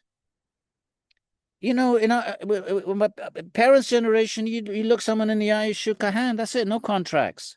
So truthfulness massively on the decline. You can't our whole social systems, everybody's lying their heads off to get elected. So if you look at that barometer. Thirdly, cleanliness. So we think, oh, we've got soaps and shampoos. Well, look at the planet then. How contaminated it is. What if you apply that? Well, we think about cleanliness along that line. Nothing like it in the past. Continents of plastic floating in the Pacific. And finally, austerity. No austerity. We can't do, if COVID came, we'd be wiped out. We can't even grow a potato. No austerity compared to our grandparents. So if you think about decline of civilization, not in terms of electric toothbrushes, but in terms of 4 principles of dharma, each one disappearing in each subsequent age, and right now, the only one that's left in the Bhagavatam, it says it's tottering, it's truthfulness, that's gone already. In our own lifetimes. In our own lifetimes, empirically, we perceive the decline of truthfulness, all of these 4 things. So why don't we think of Kali Yuga that way? Instead of thinking instead of thinking about it in progress according to a different set of lenses. So let's give these texts maximum opportunity to breathe and tell their own story, and let's apply the logic of the culture rather than projecting our own nonsense onto them, if we wish to understand the world of the Bhagavatam. And we haven't touched Bhakti yet, I realize that. So let's finish up. So, okay, as he was thinking in this manner, the king heard about his impending doom looming in the form of the snake bird Takshaka, the curse invoked by the son of the sage. He considered this to be fitting. Anybody else would be freaking out. He was, okay, this is appropriate. He said, look at him. He was so attached to worldly life, the fire of Takshaka would soon be the means of his detachment. He was grateful. I'm a king, I'm attached, I got treasury, I got kingdom, I've got my wife, and thank God now, finally, this is going to help me get detached. He takes it as a blessing, my friends. This is the thinking of a yogi. He was attached to the worldly life, and the fire of Takshaka, the snake bird, would soon be the means of his detachment. There we are. So we've got 18,000 verses. Any questions? We'll stop at 6. But we'll take a couple of questions. Is there anything in the chat that I need to look at? I'll look at it later. I got into trouble because I wasn't reading the chat messages. Eric's got all that frequency stuff, hopefully. And what else? Bliss. We're not interested in psychological change. We want physical change. Not boring. Who said not boring? Oh, Jane. Thank you, Jane.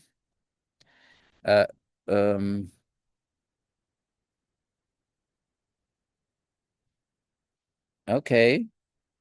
So do we have any questions, my friends?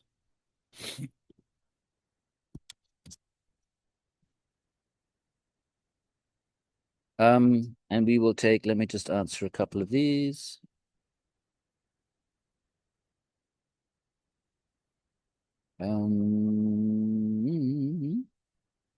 Yeah, okay, let's go up there and see if anyone's got their hands up.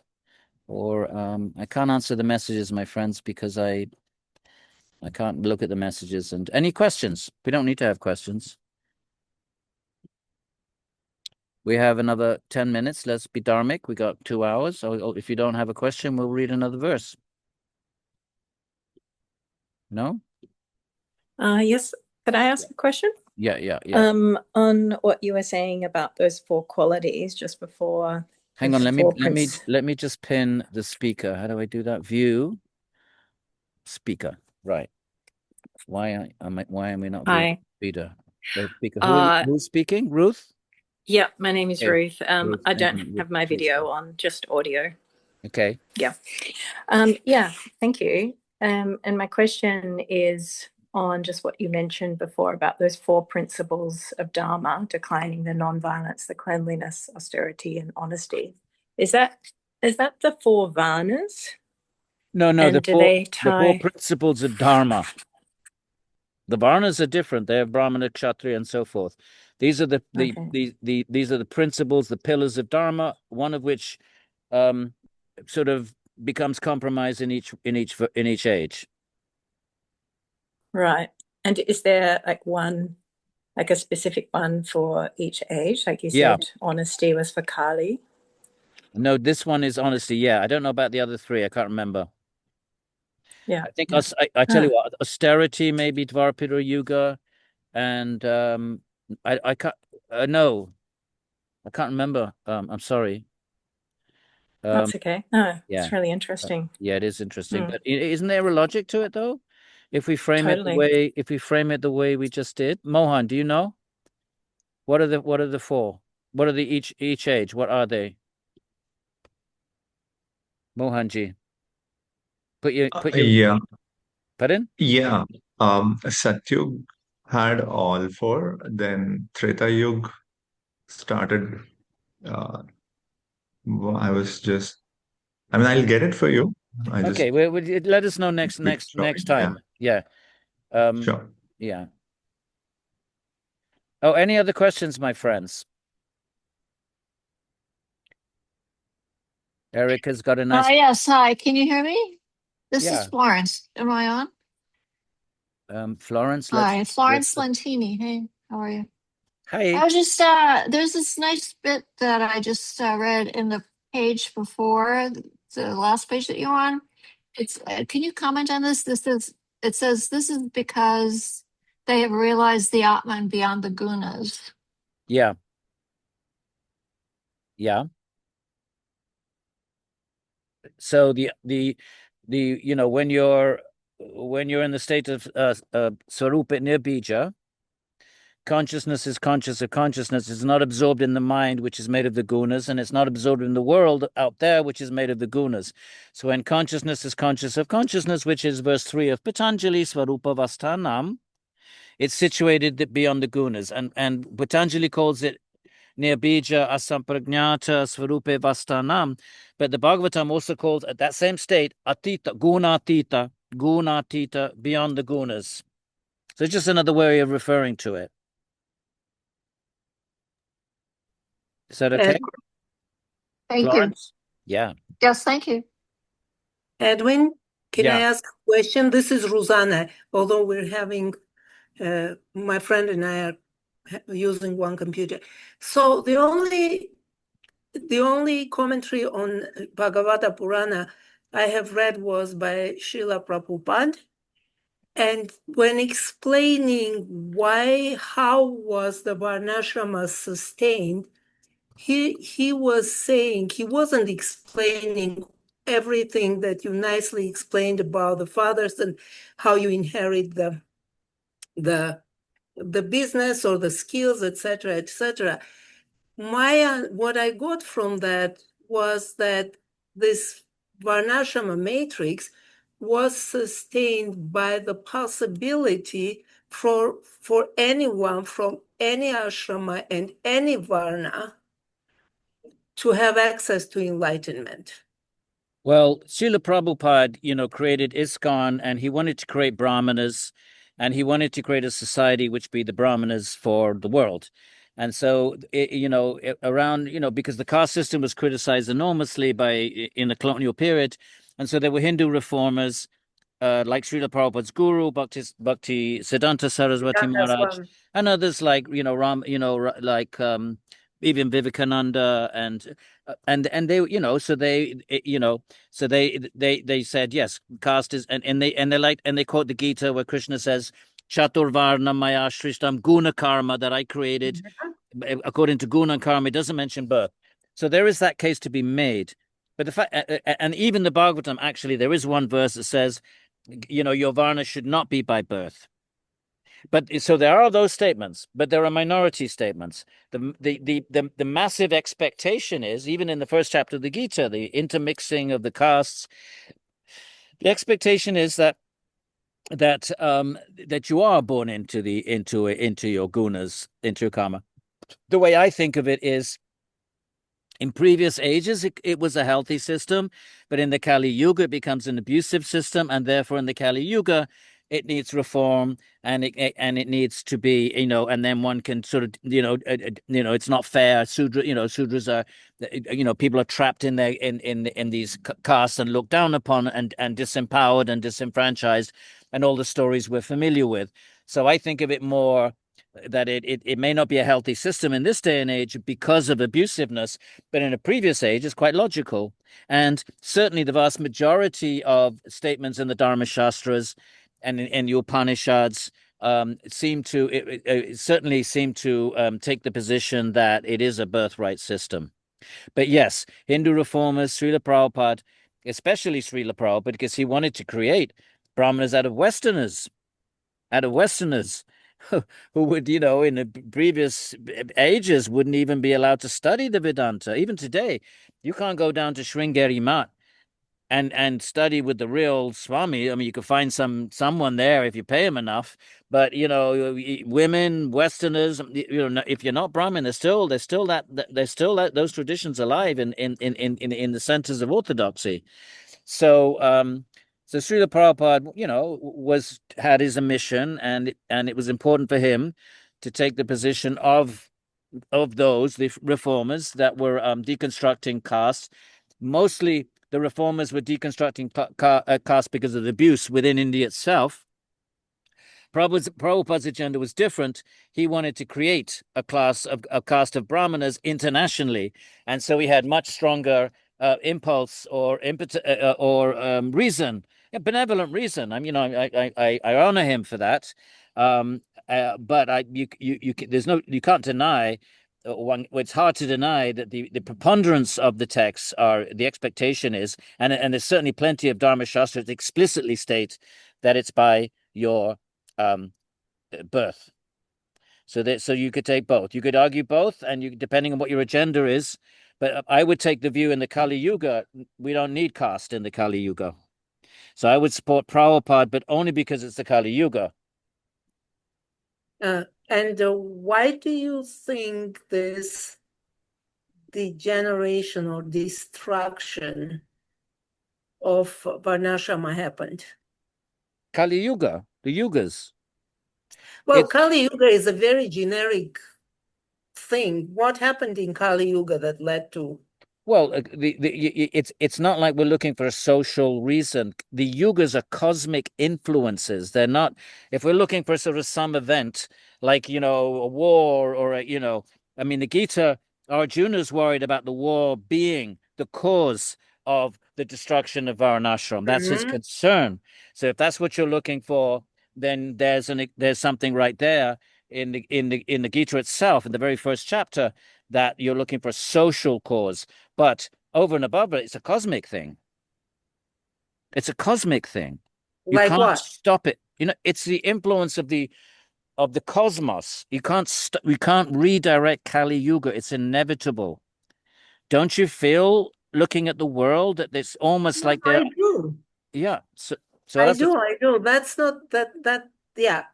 What I was trying to lead the conversation to was the collective consciousness. What do you mean by collective consciousness? That's very Advaita sounding thing to say. Well, yeah, it's Advaita way of thinking, but there is... Actually, Advaita Vedanta would not say, that's a very modern Western thing to say. Advaita Vedanta would not say, even though we're all Brahman, and there is ultimately Sarvamidam Kalu Brahman, the discourse that collective consciousness can change the world is not an Indic discourse. That's a modern Western. I'm not saying it's good or bad. We're just locating it. That collective consciousness can reverse the influence of the age. That's not an Indian point of view. Okay, good. Thank you. Yeah. Neela.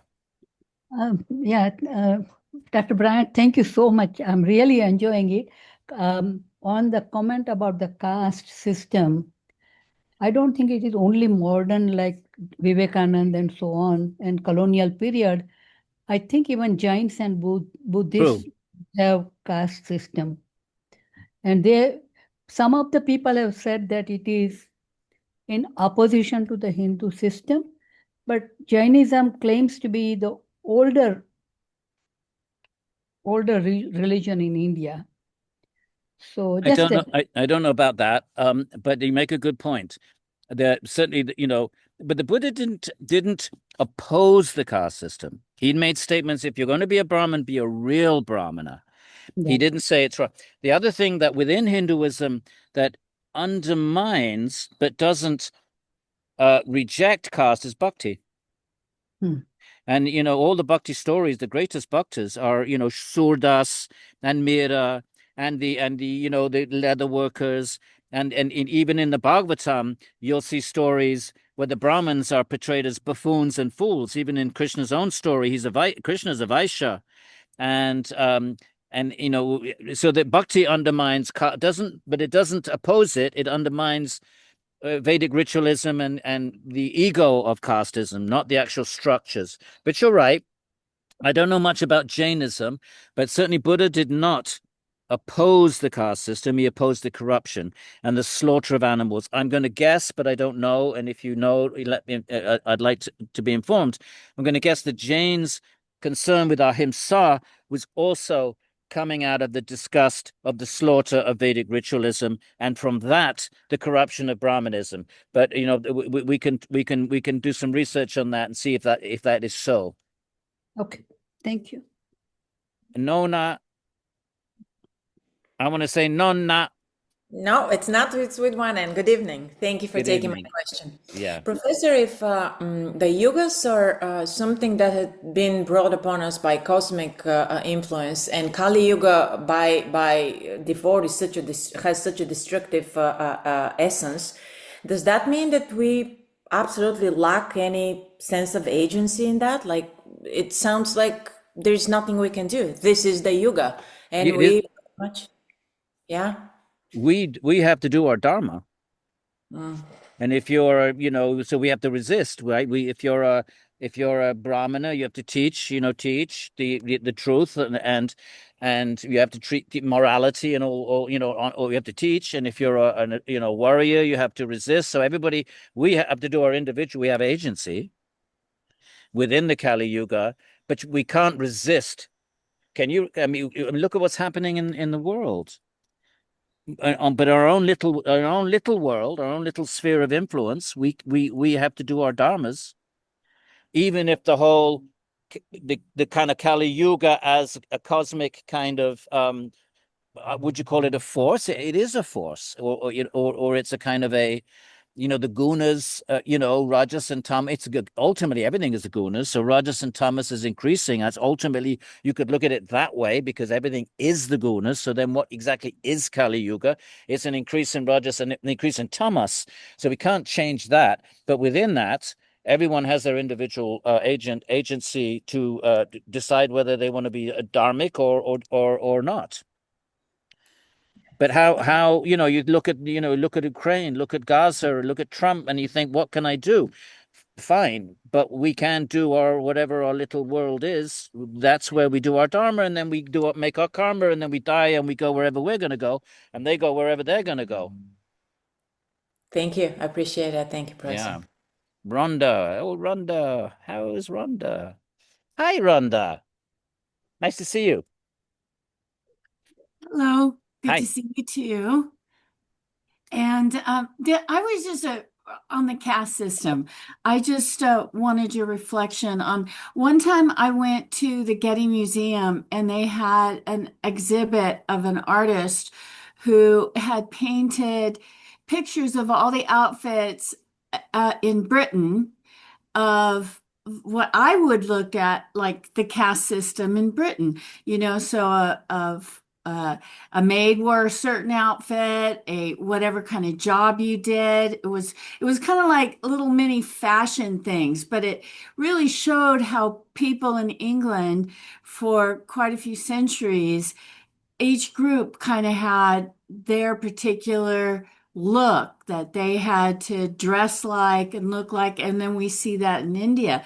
But just my question would be, here we have England coming over, the British coming over to India with their own caste system, and then how they interpreted the functioning of the Indian caste system. I mean, caste is all over the world. I would Yeah. say pretty much every society, not just sort of, I don't know what the word advanced society mean, but not just sort of elaborate societies, but societies known to anthropology. Certainly there was caste in Europe, and no question, if you were a miller's daughter, you'd marry whatever within the caste. And if you're a farmer, so the caste was there, but in the reformers would identify an early period where there was no, I'm not sure I subscribe to this view, but that the caste became really kind of more solidified in the Dharma, in the Gupta period, Gupta period when the Dharma Shastras were written, and then caste became much more rigid. So if we want to compare Europe with India, we would probably have to say caste is there in Europe, no question about it. You married your own. But it became especially rigidified in India at a certain period. So I guess the colonial critique was one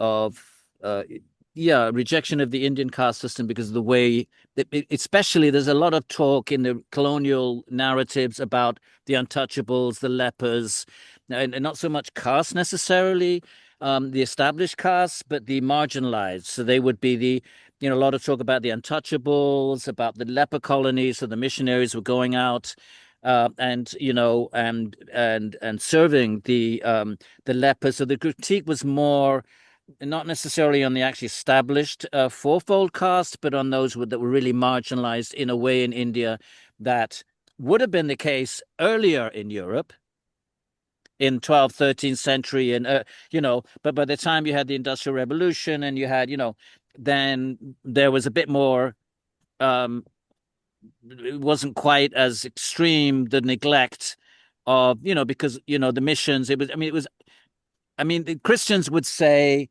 that Christian missionaries would say that Christianity had much more of a mandate embedded within it to, from Christ to feed the poor and to serve and to serve the marginalized, and that Christianity has more of an impulse than Hinduism, and they criticize the karma system and saying, well, your belief in reincarnation, which is not true and not fair and a misunderstanding, but they would say because you believe in karma and reincarnation, you think it's their lot, and therefore you neglect the most marginalized of communities, and there may be some truth to that. And I think the Christians did great work in a sense. And as a matter of fact, it was because of the example of Christian missions that you get the Ramakrishna missions and other charitable missions emerging in colonial India to take the steam out of the Christian missions. You get the Hindu missions, but it's derivative. It's a derivative discourse. They're seeing the missionaries, they're listening to the critique, and they're saying, hey, lads, come on, we can do this too. And then they're forming these missions like Ramakrishna in the colonial period. So it was a trigger that inspired a number of Hindu missions with a philanthropic bent to emerge in India, which is a good thing. So, there's a lot packed into that. But yes, Europe had its caste system, and it still does a little bit. Thank you. Like King Edward, right? What happened to King Edward? He married an American. He married Annika, he married an American, and he had to give up the throne. That was why Queen Elizabeth got the throne. My dad, King Edward, it was a huge thing. He fell in love with this American, and she was a divorcee. She'd had all these husbands, and Britland freaked out, and he had to go off, and he had to renounce the throne. So that's caste. What's that? And look, it happened again. The Americans are the out of caste. They're the marginal. John, thank you, Rhonda. Nice to see you again.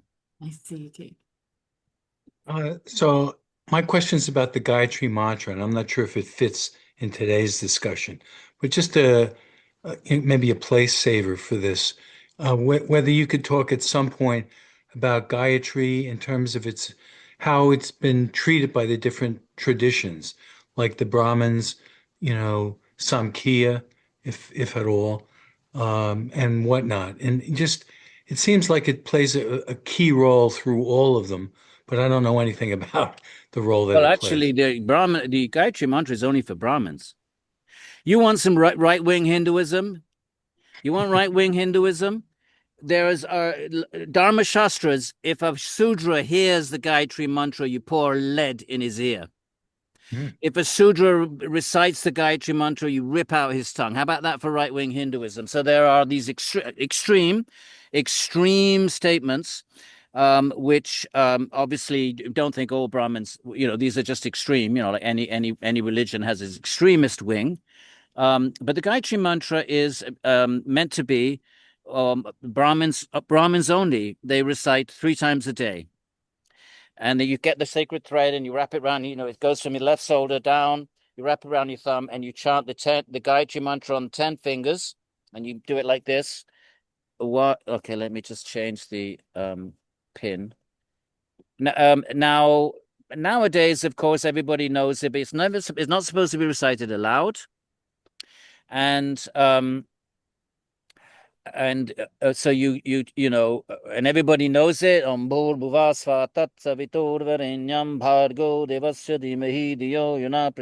do 10. And nowadays, all of these interpretations of the inner self within and the light, it's nonsense. It's a mantra to the sun. Om Bhur Bhuva Svaha, the 3 worlds. Om Bhur Bhuva Svaha Tat Savitor, that's Savitri. Tat Savitor Varenyam Bhargo, that's Vivishwan. Bhargo Devasya Dhimahi Diyo Yona Prachodaya, let you be pleased with us. It's an invocation to the sun. And because it sounds a little bit kind of, not very spiritually, interesting, so modern interpretations are given that it's really referring to this, the light within, or this, that, and the other. That's all modern stuff. There's nothing wrong with it, but it's modern. The Gayatri Mantra is for Brahmins, and it's an invocation to the sun. Tradition. Is that the same for the long form Gayatri? The what? The long form. Om Bhu, Om Bhuva, Om Svaha, Om Maha, Om Yana, Om Tapa, Om Satyam.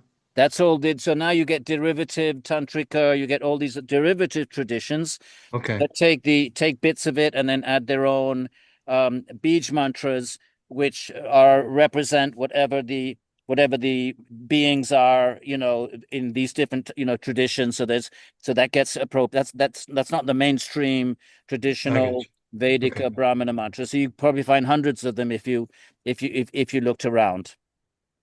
Okay. All right, my friends. So everybody, Jai Sri Sri Sri Radhe Shyam. Come on, you got to get ready for Brindavan. Can't be walking around Brindavan like a Gyani. You got to go Radhe Radhe Radhe. Come on, John, put your hands up. Radhe Shyam. We're going to invite you all to Brindavan one day. We got to get ready. Right? Is that? Oh, look up there. Look at you. Oh, look there, the Aurora family. So nice to see you all. Where's Gopalji? Hi, Gopalji. Oh, look at Gopalji. Look at how beautiful. This is the Aurora family. Fantastic family, fabulous family. I met the other day, and we're looking for a living bride. We're looking for a living bride for her. He decided he wants to get married, so we have to think, well, wait, what are the qualities of it? And we decided was put the bar at the lowest possible rung. So we decided she had to be alive. And we're going to work our way up from there. Okay, everybody. Sri Radhe Shyam. And I'm just going to check the chat so you can all log off if you like, in case there's any questions I need to look at. You can stop recording. Oh, stop. Can I stop and look at, can I stop and read the chat?